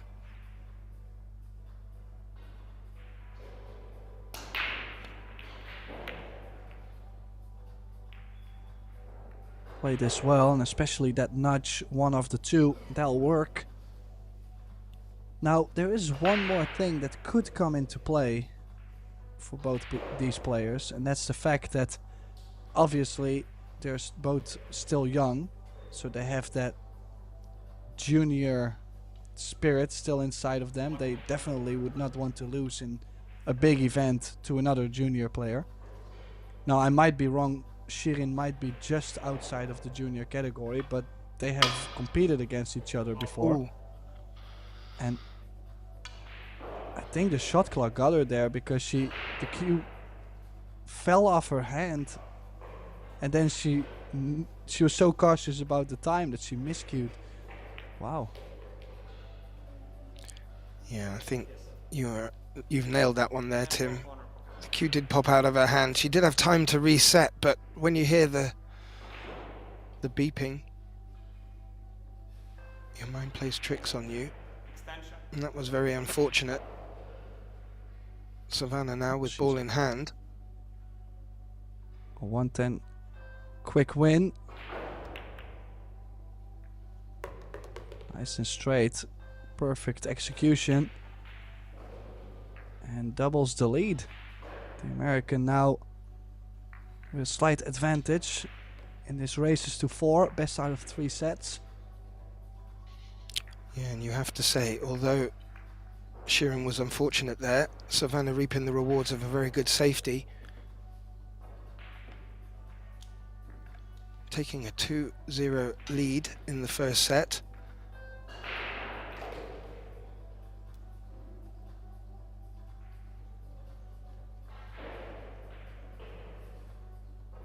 I noticed that Savannah was breaking from the right-hand side of the table as we look.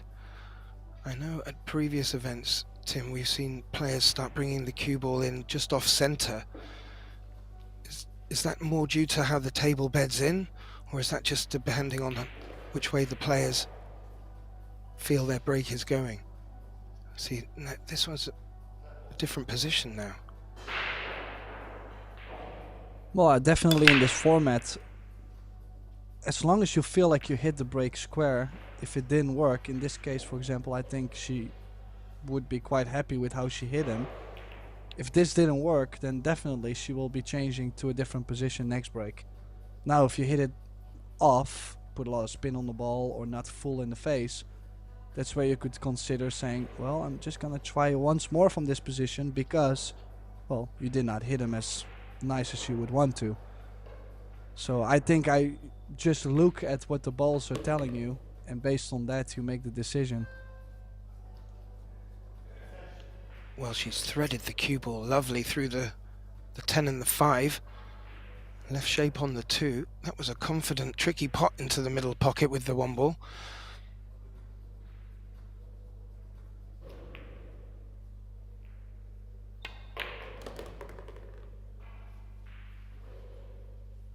Yeah, just wondering if the orange 5 ball, if it does go to the top right.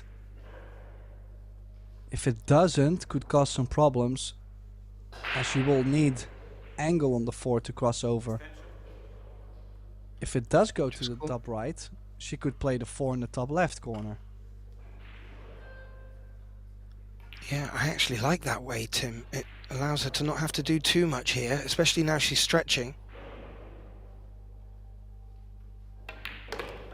Yeah, but she might be going to the top side of the 4 because she was trying to give herself angle to get for the orange 5 in the top left. So it just really depends on whether that ball goes or not. And from this angle, it's still tough to tell. I think it does go, but she's not on the 4, so safety. behind the 5-6. Oh, that's How nice. nice has she's played that. Exactly, Tim. She's really locked that cue ball in close to the 5 ball. Eliminates the option of going airborne. So Savannah just inspecting the one rail escape and has called the bottom right pocket. Yeah, won't be hitting this soft. We'll have to send the 4 ball, or trying to send the 4 to the other side of the table. But she did find the double kiss. Another chance for Shirin. Then again, still to get to that 5 ball. Not an easy task. Yeah, this is not an easy task at all, and having to stretch over the 10 ball only adds to that difficulty. Oh. Oh. Needs to give it a go. Did she just get enough? Well, this tells me she does. Absolutely. This is going to be needing closer inspection from our referee. It looks very tight from here.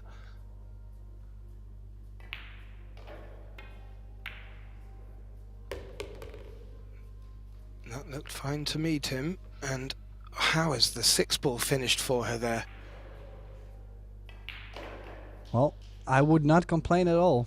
That definitely has worked out. I'm not sure if she's played it that way, but I mean, that definitely works. And is she going to play this with draw into the 8, trying to hold for the 7 in the side, or is she just playing with right spin into the bottom short rail and play the 7 in the top left? And I think she was trying to hold the cue ball. I think she was, and maybe focused on that a little bit more than the focus was on the pot. Now, this is a sort of practice shot for some of us at home that do drills. Looks like it's nigh off the spot.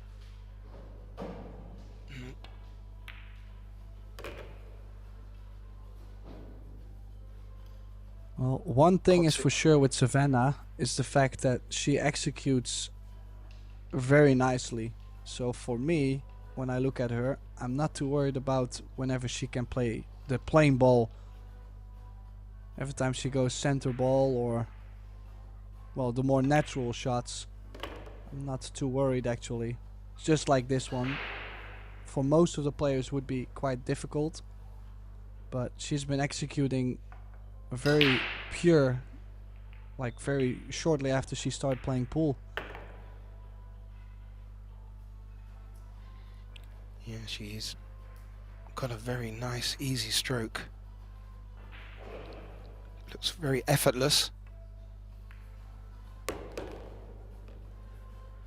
And has got off to the best of starts here in her first match against Shirin Valeria, Switzerland. Savannah Easton has taken a 3-0 lead and finds herself on the hill in this first set. And strong stuff.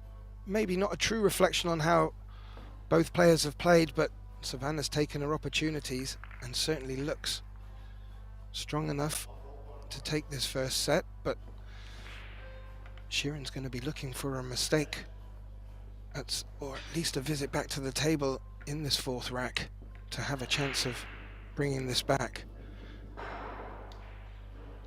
As we can see our second stream table in the background there. Predator and Pro Billiards TV bringing you 2 live streams, tables, every day in this 8-day event. We've not just got the International Women's Open, we also have the men's. We also have a double elimination. The doubles. And we also have the junior event, World Championships. And that looks to be dry, but that 8 ball. Oh, I do love the overhead, but it wasn't completely telling us everything. A little shake of the head there from Shirin. She might still be able to overcut the 1 ball if she just has the bare minimum. Could play with top right sprint, bringing the cue ball all the way back under the 5.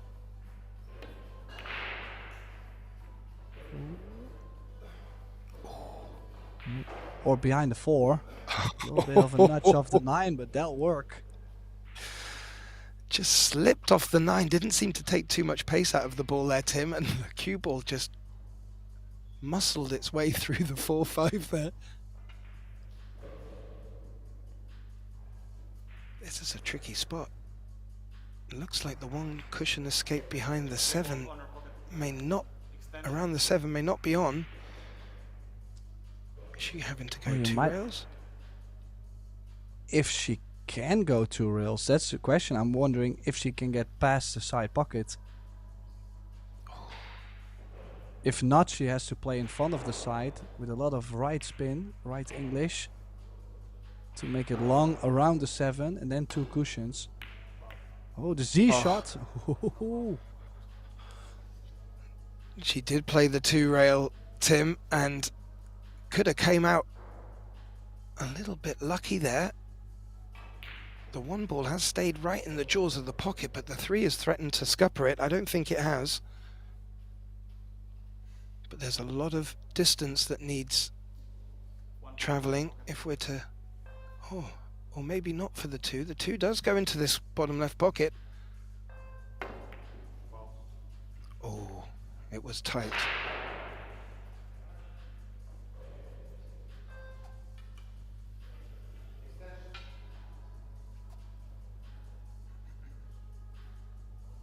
And the 3 clearly doing enough there to scupper Shirin. And it's given ball in hand to Savannah here.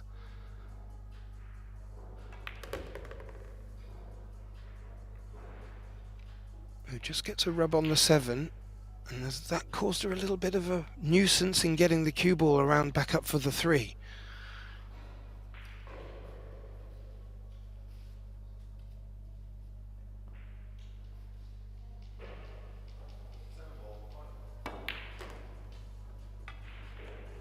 Oh. Yeah, the line actually to run from that 2 to the 3 ball was not so much available. So she played it with a little bit of like a high, a lot of right spin to still bring the cue ball all the way there. She's still going aggressive, like she's not scared by any means to shoot. Not at all, Tim. Hasn't fallen the nicest on her next shot, but is not afraid to take on the tough pots. She's called it in the side.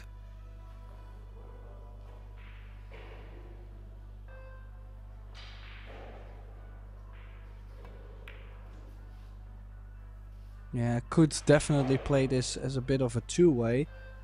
But honestly, I have to say she did play 100% dedicated to make the 4 and get the shape on this 5. So it was a good try. She got very close, but I think leaving the hook, she did get favor. Well, a little bit of a favor there from the balls.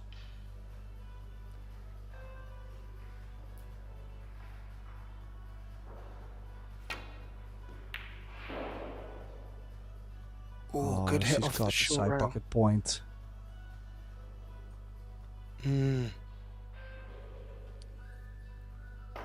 Yeah, I mean, what can we say? It was actually a good hit, maybe a little bit too firm, but to catch the side pocket point and then leave the 4 in front of the side pocket is a bit brutal. Things really not have been going for Shirin in this opening set, and Savannah now leaving herself a bit more on the rail, which I'm quite sure you did not expect that to happen. But it is an opportunity to close out the opener. And they decided to come the long way here. And just a little nod of her head before the last shot, I think acknowledging what you just pointed out. Finishing quite straight on the last ball. So just running through for a long shot on the 6, not a problem, and has left very nicely on the 7. This is looking quite formidable from both the scoreline and from Savannah.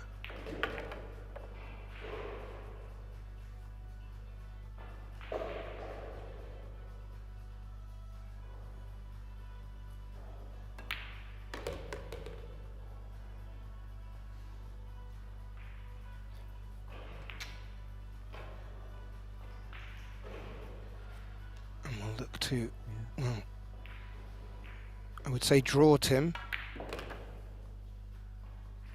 Yeah, anything past the side is fine.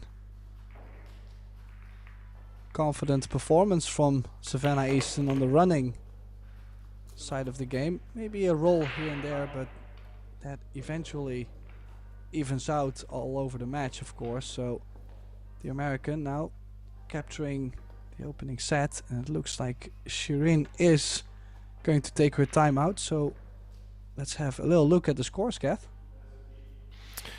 Yeah, I'm just going to let everyone know watching at home that if you want to keep updated on the scores and all the fixtures coming up, please do go and visit the ProBilliardSeries.com website, where you will get links to not just the scores and fixtures, but also the live streams. And also, you're probably already there now, but please do like, subscribe and share while you're watching the stream and have the opportunity to do so. The more people we get watching allows us to help put these events on and bring you not just one but two streaming tables. And what scores have we found so far then, Tim? Well, obviously on the other stream table, that's the one we're looking at right now. Bojana Sarac from Serbia is up against Maite Ropero from Spain, so a little bit of added pressure, or more relaxing, who knows. So far, Bojana leading 2-1 in the opening set. But if you look at the rack happening on that table at the moment, it looks quite messy to me, so that might take a little longer than the match we have on our table. Then also one of the contenders to win the title, definitely in my opinion, Han Yu, is leading 2-0 over Xin Yu Hong from Chinese Taipei.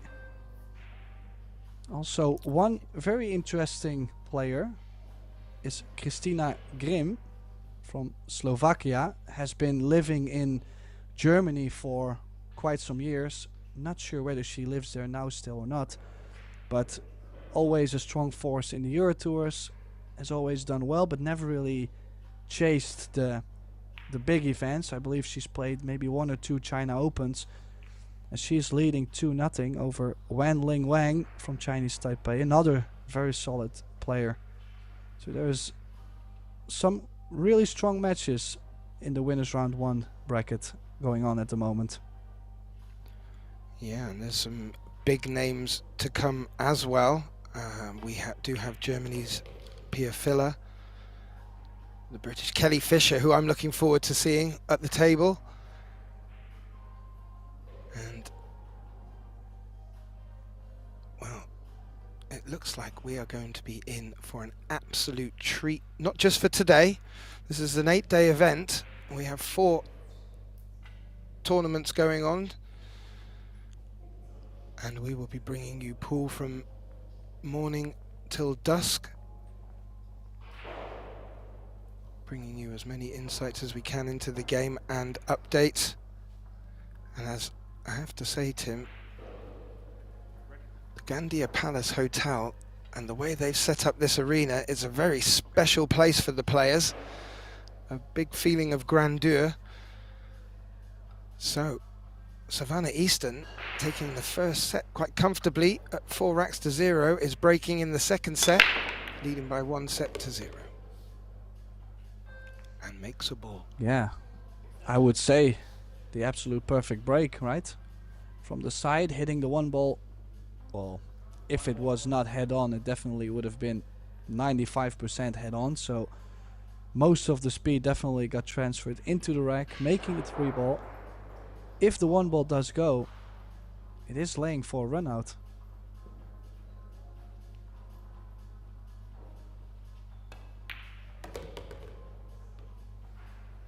Now, of course, the next matches we will have at 3 p.m. will be in the mixed doubles, the Little Monster Mixed Doubles Open.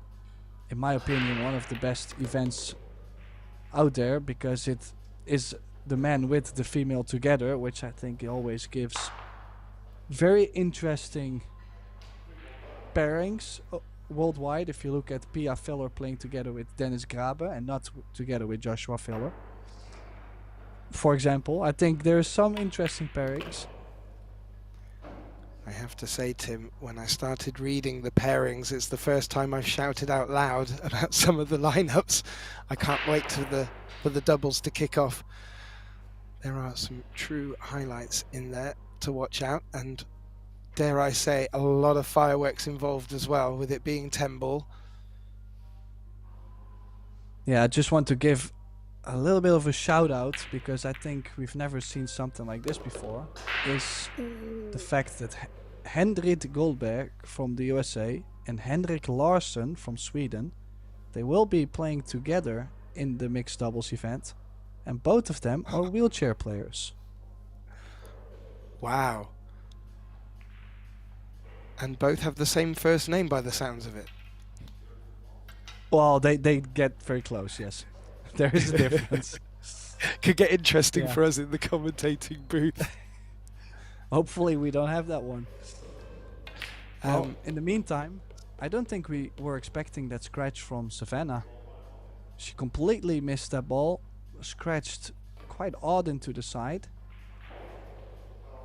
Maybe a chance for Shirin to get going a bit? Yeah, she just wanted a bit more of a bounce off the cushion there to be more comfortable on this 6, but as you can see, clearly goes and has made it. Ooh, she needs to get some action off the 7 here.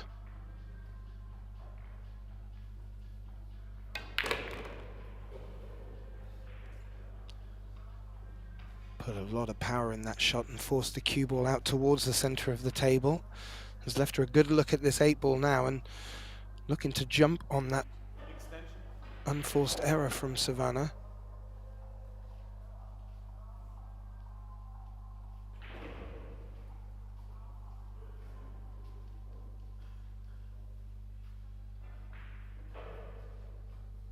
Yeah, good news is doesn't really have to apply any side spin. With how new the table is still playing, doesn't really look like there's any humidity, but it's still early in the tournament. Usually after a couple days you start to see that maybe it's starting to get very humid or sticky, and then with the cloth starting to play a little less fast, grabs the dirt a little better. But no, so far the table has been playing very good, and I'm glad to see Shirin running out here. Definitely one that she needed, just for her confidence, I think, yeah. Yeah, not just for confidence, but she just made a little tricky, that clearance at the beginning, and navigated it very well, and more importantly, for her confidence. I think Savannah has sort of put a statement out with the scoreline for the first set, and if that had damaged any of Shirin's confidence, hopefully that's been put to bed. And as you mentioned, the humidity, we are in this beautiful location down on the Mediterranean, about an hour south of Valencia, and well, that sea breeze, you never know how that will affect the arena, but it just looks marvelous there. You feel like a superstar stepping out to bat.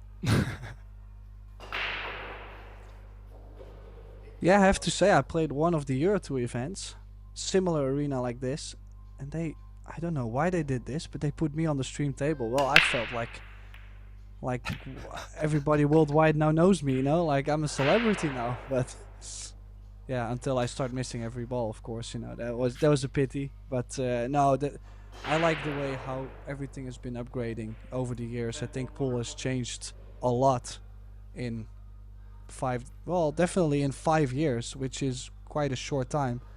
But it has changed quite a bit, and I think it's very promising for the future. Yeah, both these players coming through the junior ranks, and coming through the junior ranks, we also have a junior event, 2 junior events happening, under 19s and under 17s here. And as you alluded to, the last 5, 6, 7 years, pool's really taken off to a professional level, and these younger players are being thrown in at the end where they will start to feel so comfortable in these surroundings,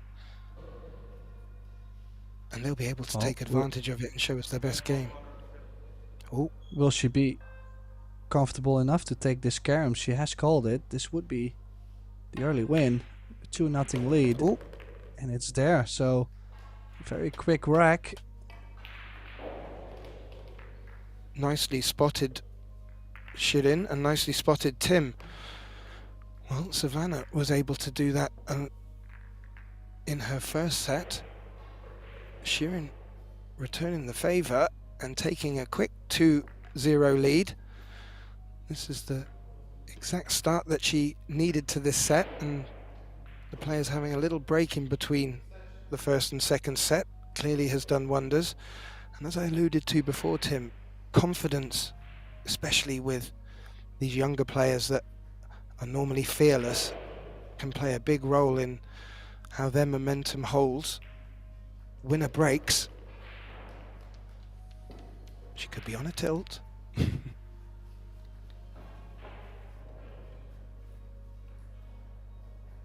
Breaking from all the momentum. All the momentum is with her right now. Ball on the break and the shape.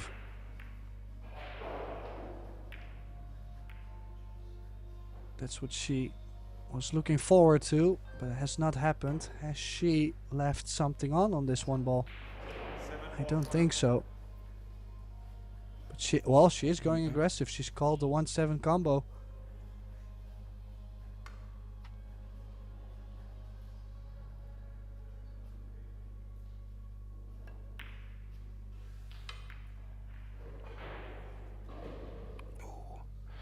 She did play that soft, Tim, and we were speaking earlier about a combination shot where the player could have maybe given it a bit more premise. Again, you wouldn't know where the one ball was to go, but the one ball has now rested quite close to the 7, making an easier combination for Shirin.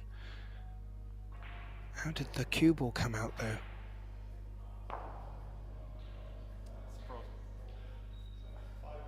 Our referee giving it a closer inspection just to let her know if it is or isn't touching the rail.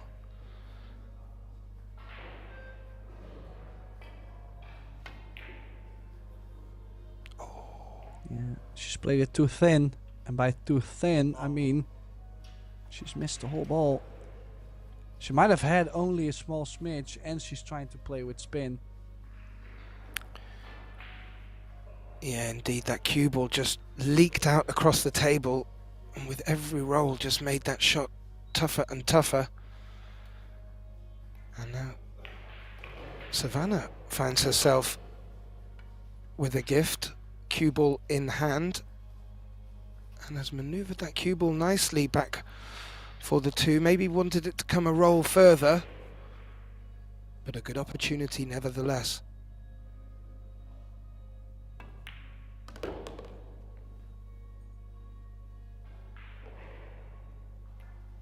Just holds it on the high side of this 3, which will allow her to maneuver the cue ball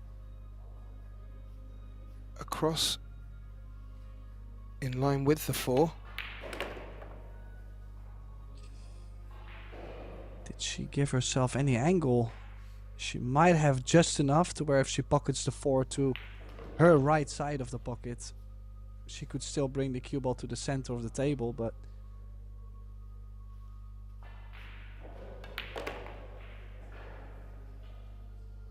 definitely has to be careful not to put herself straight when to travel on the next shot. Now she actually landed with a slight bit of angle where straight would have been nice. That's why she's not stopping the cue ball. She'll be drawing for the 6 in the center.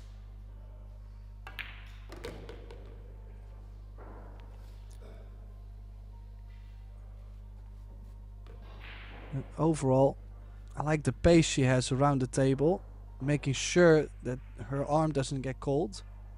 But she's still, even though she's playing with a fast pace around the table, she's still checking all the angles and the next position, and just she's working on a high pace around the table. I think it's a nice quality to have, because that usually brings you in a really high gear. She landed absolutely perfect on this 9, Gath.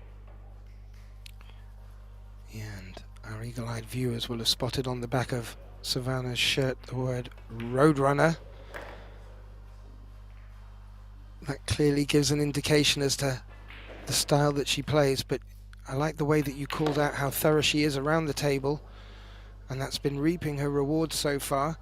She's not taking anything for granted, and she's also, with her rhythm, not bringing that 30-second shot clock into play, and she's just snuffed the flame from Shirin somewhat and brings the score back to 2-1 deficit, and she will get the break.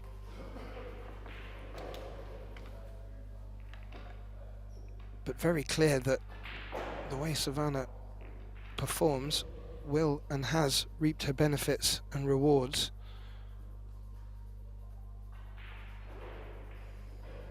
Well, also one thing I've seen in the past from her is she can play faster than this. The problem is that the cue ball usually gets more loose. So it's not, you don't tell a player like this, hey, play slower. You know, you tell them, play the same pace, but make sure you walk around the table a bit more. You know, check the angles, check the positional area you're trying to get to. Just give yourself a slight bit more information. And I think that's where she's improved a lot, let's say, in the last year. That's a very useful break. Where's the 1 ball going, though? Well, she does have a look at it. Yeah, a bit of a funny power position, in the break.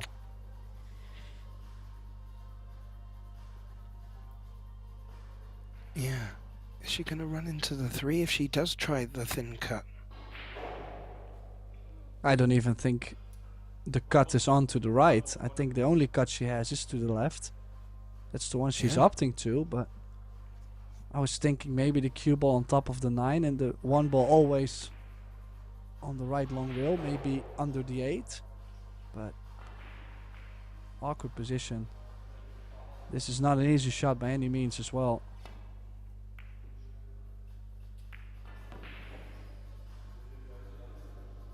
And actually, if I think about it, I don't really see any good results that could have happened besides making the ball 2.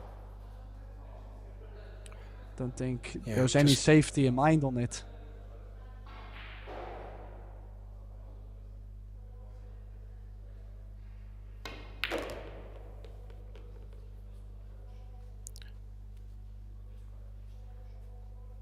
Ooh, she's just the wrong side if she wanted to just naturally get up for the red 3. Maybe she can screw back towards the long rail.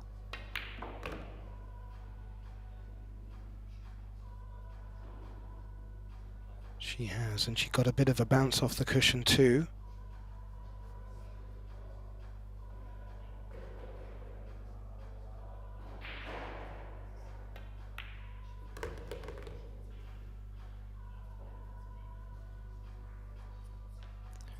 Well, the balls are situated quite nicely here, Tim. This would be a good opportunity for Shirin to get on the hill in this second set.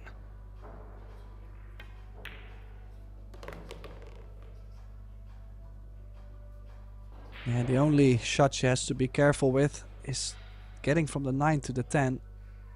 Often you see players trying to do too much to run from 9 to 10 and running too far or not even getting there. I probably would play 3 rails forward on the 9. Leave myself just center of the table on the 10 and take more cut. Curious to see what she will play. Especially this angle, low left, is going to give her a scratch in the right center.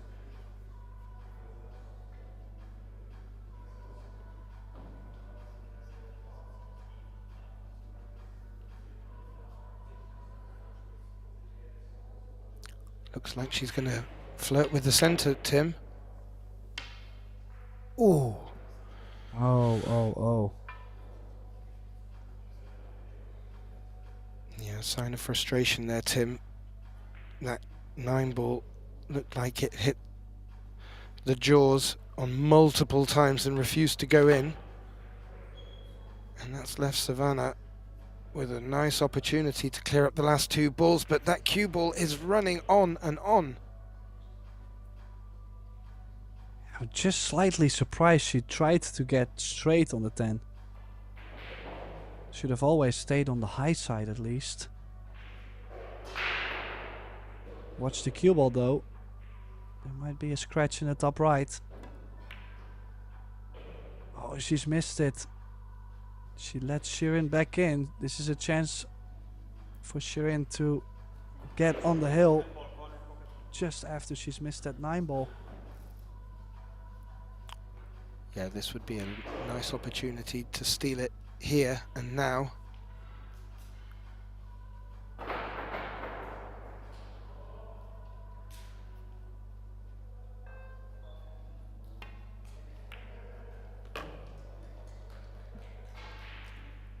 Well, Tim, she played that really well and confidently, and she has taken a 3-1 lead to put herself on the hill here in this second set.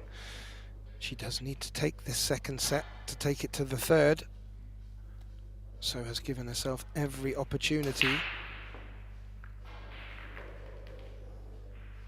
And I have noticed, not just with the momentum changing, that Shirin just seems to be a little bit more bouncier around the table. It's always interesting just to watch the players' postures, although Savannah from America will have a great poker face, I'm sure.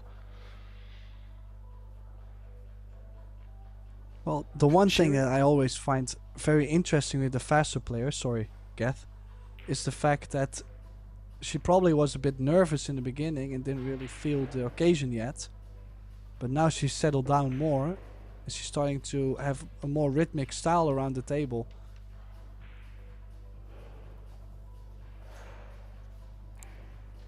Yeah, very good composure. Probably not the strongest of breaks, but if she can keep making balls off the break. Well, there you go. Yeah. And again, breaking from the center of the table, looking to get one of the second 2 balls in the rack into the center pockets. Did it with the 8-ball this time, and has left herself a shot on the one, a thin cut down the short rail. Let's see how her confidence is. I was gonna say the good news is she doesn't really have to do too much with the cue ball. The bad news is I was probably going to play into the bottom short rail. She really tried to hold the cue ball there, and that little bump off the 7 did really not do her a favor, and I'm surprised she's not jumping here. If she doesn't make the kick, the 2-ball is always going to be in the open, right?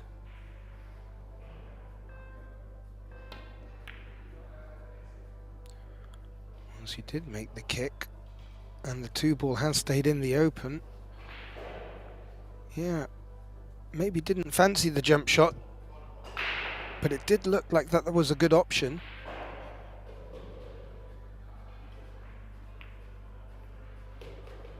But has let Savannah in here.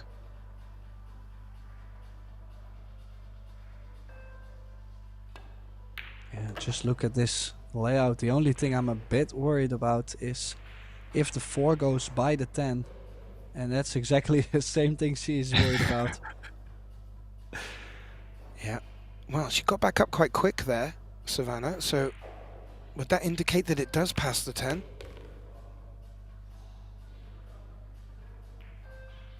Yeah, but not by the full pocket there. She has a bit more than half the pocket, so she should be fine. How often do we see this kind of things go wrong?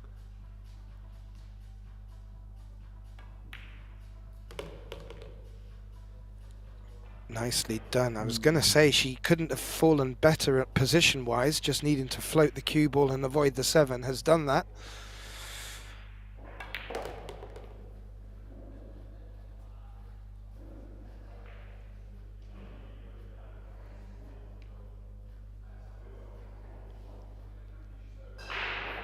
Yeah, just gotta kill the cue ball off the rail. Just wondering if she could have played the 2 rails. Always nicer to make sure you stay off the rail.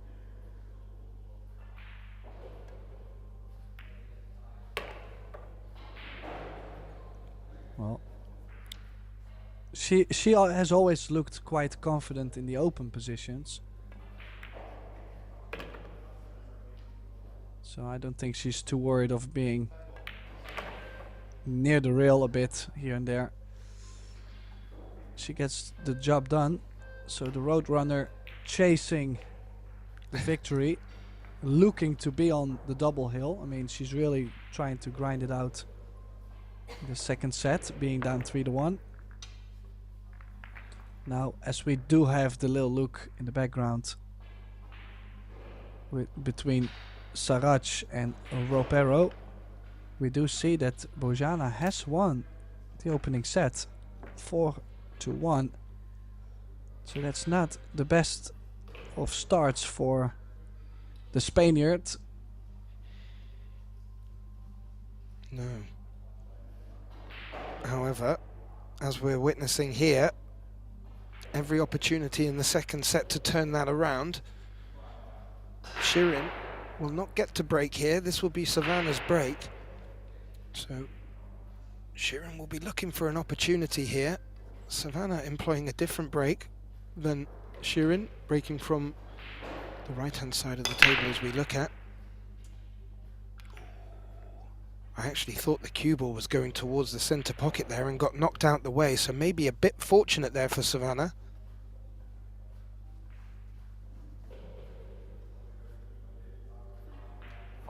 Not really left Shirin with much, but appears she's called the 1-5 combo. Yeah, and I'm honestly not a huge fan of this. This is tricky.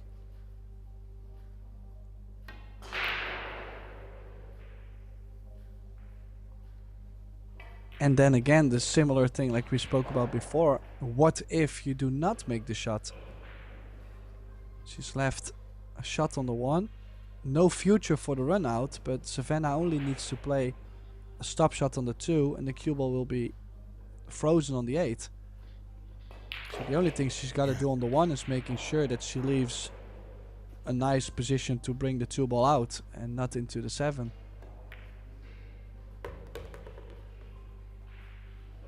Well, that tells me that she's not too comfortable with the bridge.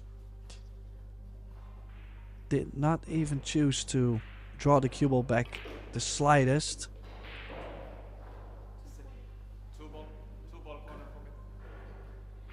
Okay. 2. Off the Okay, rail, off well, the 7 that's- and in the corner.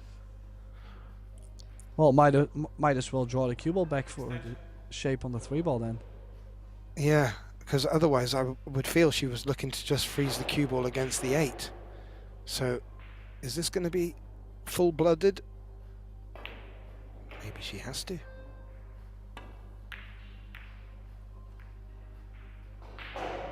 Well, actually, she's played a pretty good cue ball from that position, but if she had made the 7 or the 2, I would not have liked myself as much. No, and as it looked from the original camera angle there, it was frozen. It's now frozen to the 8, which means she's going to have to go off a rail.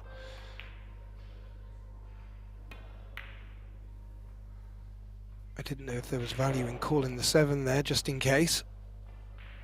The way the cue ball was travelling, but she's done well there, created distance and locked the blue 2 against the 6 ball. Clearly not locked well enough, and maybe she will be playing this off the 6 even. I'm kind of surprised she's playing to the top right instead of to the top left. she could play a great safety, cutting the 2-ball, overcutting the 2-ball to the top left, bring the cue ball back down table. But hitting it this thick, you might have been right. She might have tried to play this off the 6. And for a lefty, this one is difficult to reach. Will she be playing safe behind the 3, or is she going aggressive once again? Oh, she was trying to hold that. I am not too sure if she was able to hold that, Gath.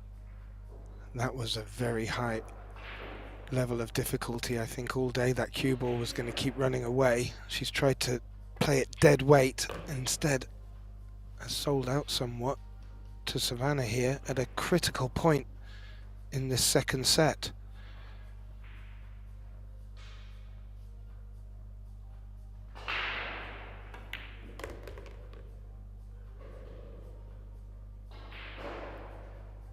And as you pointed out, Savannah is very comfortable in open play, especially when she doesn't want to do too much with the cue ball. And there's the curse. I should be quiet, Tim. And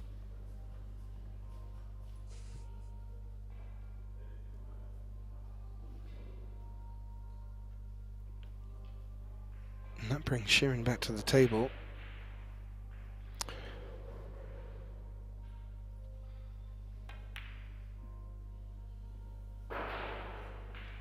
And I was a bit confused there when she settled down to the shot, Tim. It didn't look like she was going for a pod at all and going for the safety, and that, I'm afraid, is not safe at all. Maybe it just overcooked it in the arm.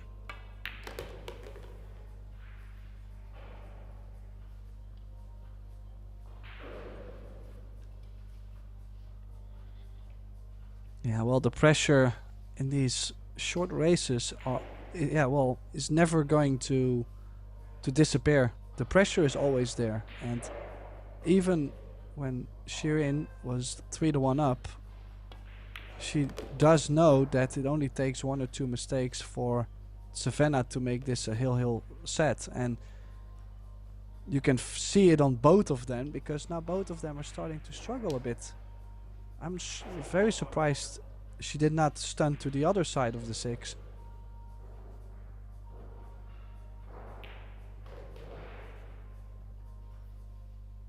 Still going for the cut, letting the cue ball loose, maybe run into the 8. Oh, she's missed the 8, Tim. Wow.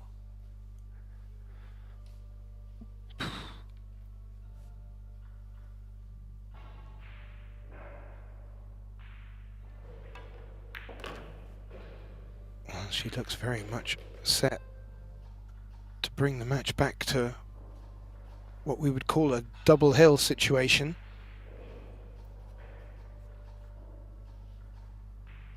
This is not what Shirin wanted.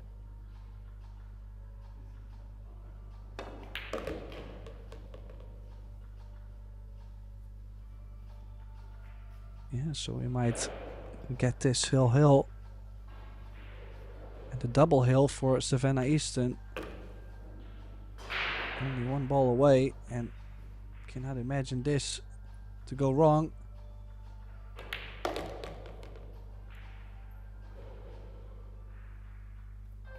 So this is now a well, we might have the deciding set, or we will see Savannah Easton advancing through the winner's bracket. Yeah, and well, this set has been a bit more of a tighter affair. Shirin did put herself in a great opportunity there to not have to really worry too much more about this set and to have moved on to a third and final, but as it turns out, we're at hill in the second set. Savannah only needs this one to go through to the next round. Double elimination. So it will not be all over for her opponent, or rather the loser of this match. But Savannah Easton leads by 1 set, is on the hill, with Shirin Valerie of Switzerland breaking off.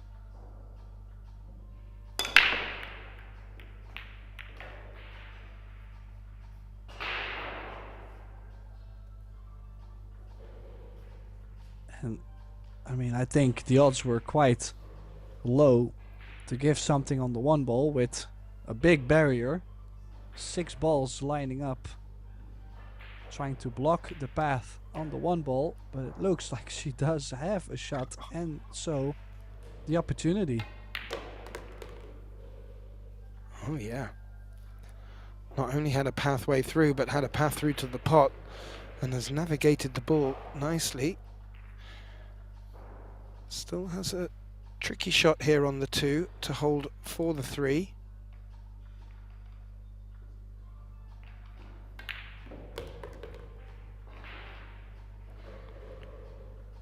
Well, it rattles before dropping. However, for Shirin, it dropped and she has a look at a just off straight 3 here.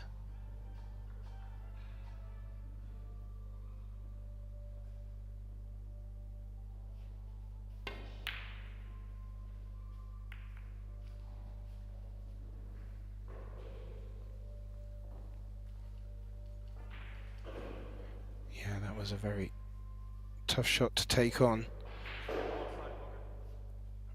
Savannah, I think, called the centre pocket here. That would be a thin cut. Well, and to run the cue ball 2 rails around the 4. Oh, got the Just 2 doesn't wanna rails, be- Tim. Oh, perfect. I was gonna say, doesn't want to be on top of the 5. That could have been nasty, but no. She's safe from the 5 ball at least. Not queuing anywhere near the 5.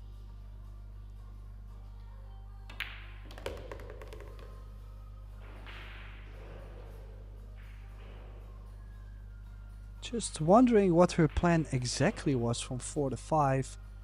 And then to get to the 6, is she going to float forward for the 6 in the top right?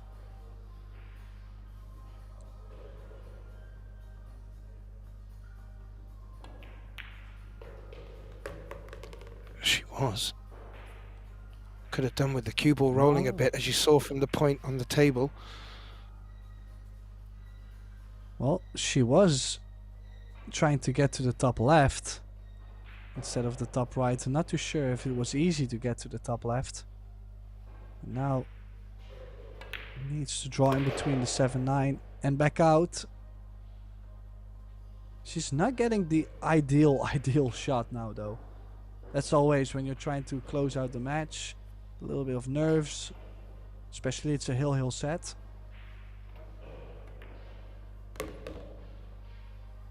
It's all about getting the job done, and she did land on the wrong side of the ball here.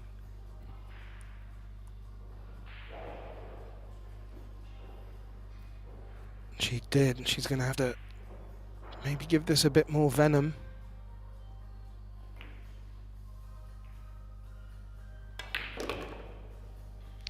Oh, she did. She needs some action off the long rail. Looks like she's quickly called the bank into the left centre pocket here, Tim. A shaking of the head, but just needs to brush that off. This match isn't going to come to her. She's going to have to take it to it. Well, does she play any insurance? Is she going all in? She played all in. She did not take care of the cue ball. No. She went aggressive and the shape on the 10. And now only 2 balls away from a deciding set.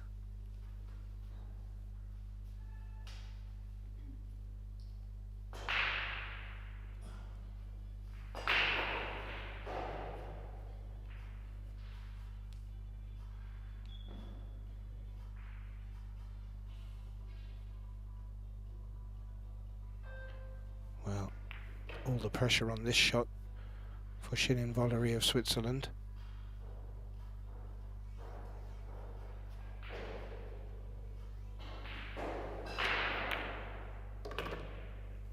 Makes It's the a great pot.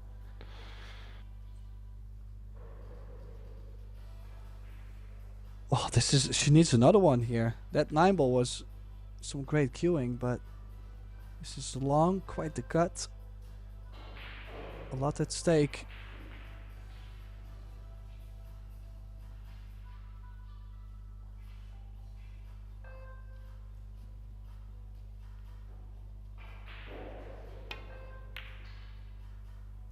Oh, Tim. Oh, I just felt like she was having that moment of taking it to the third set, but has given this opportunity back to Savannah. It's not the easiest of opportunities. It's a long shot to take on.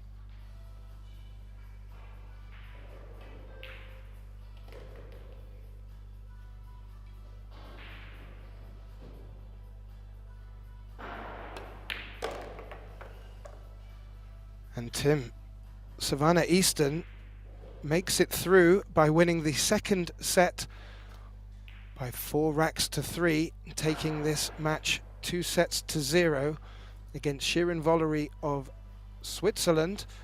And just to give you a quick update as to matches coming up, it looks like we have women's round 1 matchup between China's Zhang Muyan and Kelly Fisher. As we keep moving on, please do check the PBS website for updates and fixtures. My name's Gethin Davis. It's been my pleasure to be joined by Tim de Ruyter in the commentating box, and we look forward to seeing you back on this TV table in the next hour and 53 minutes. Thank you.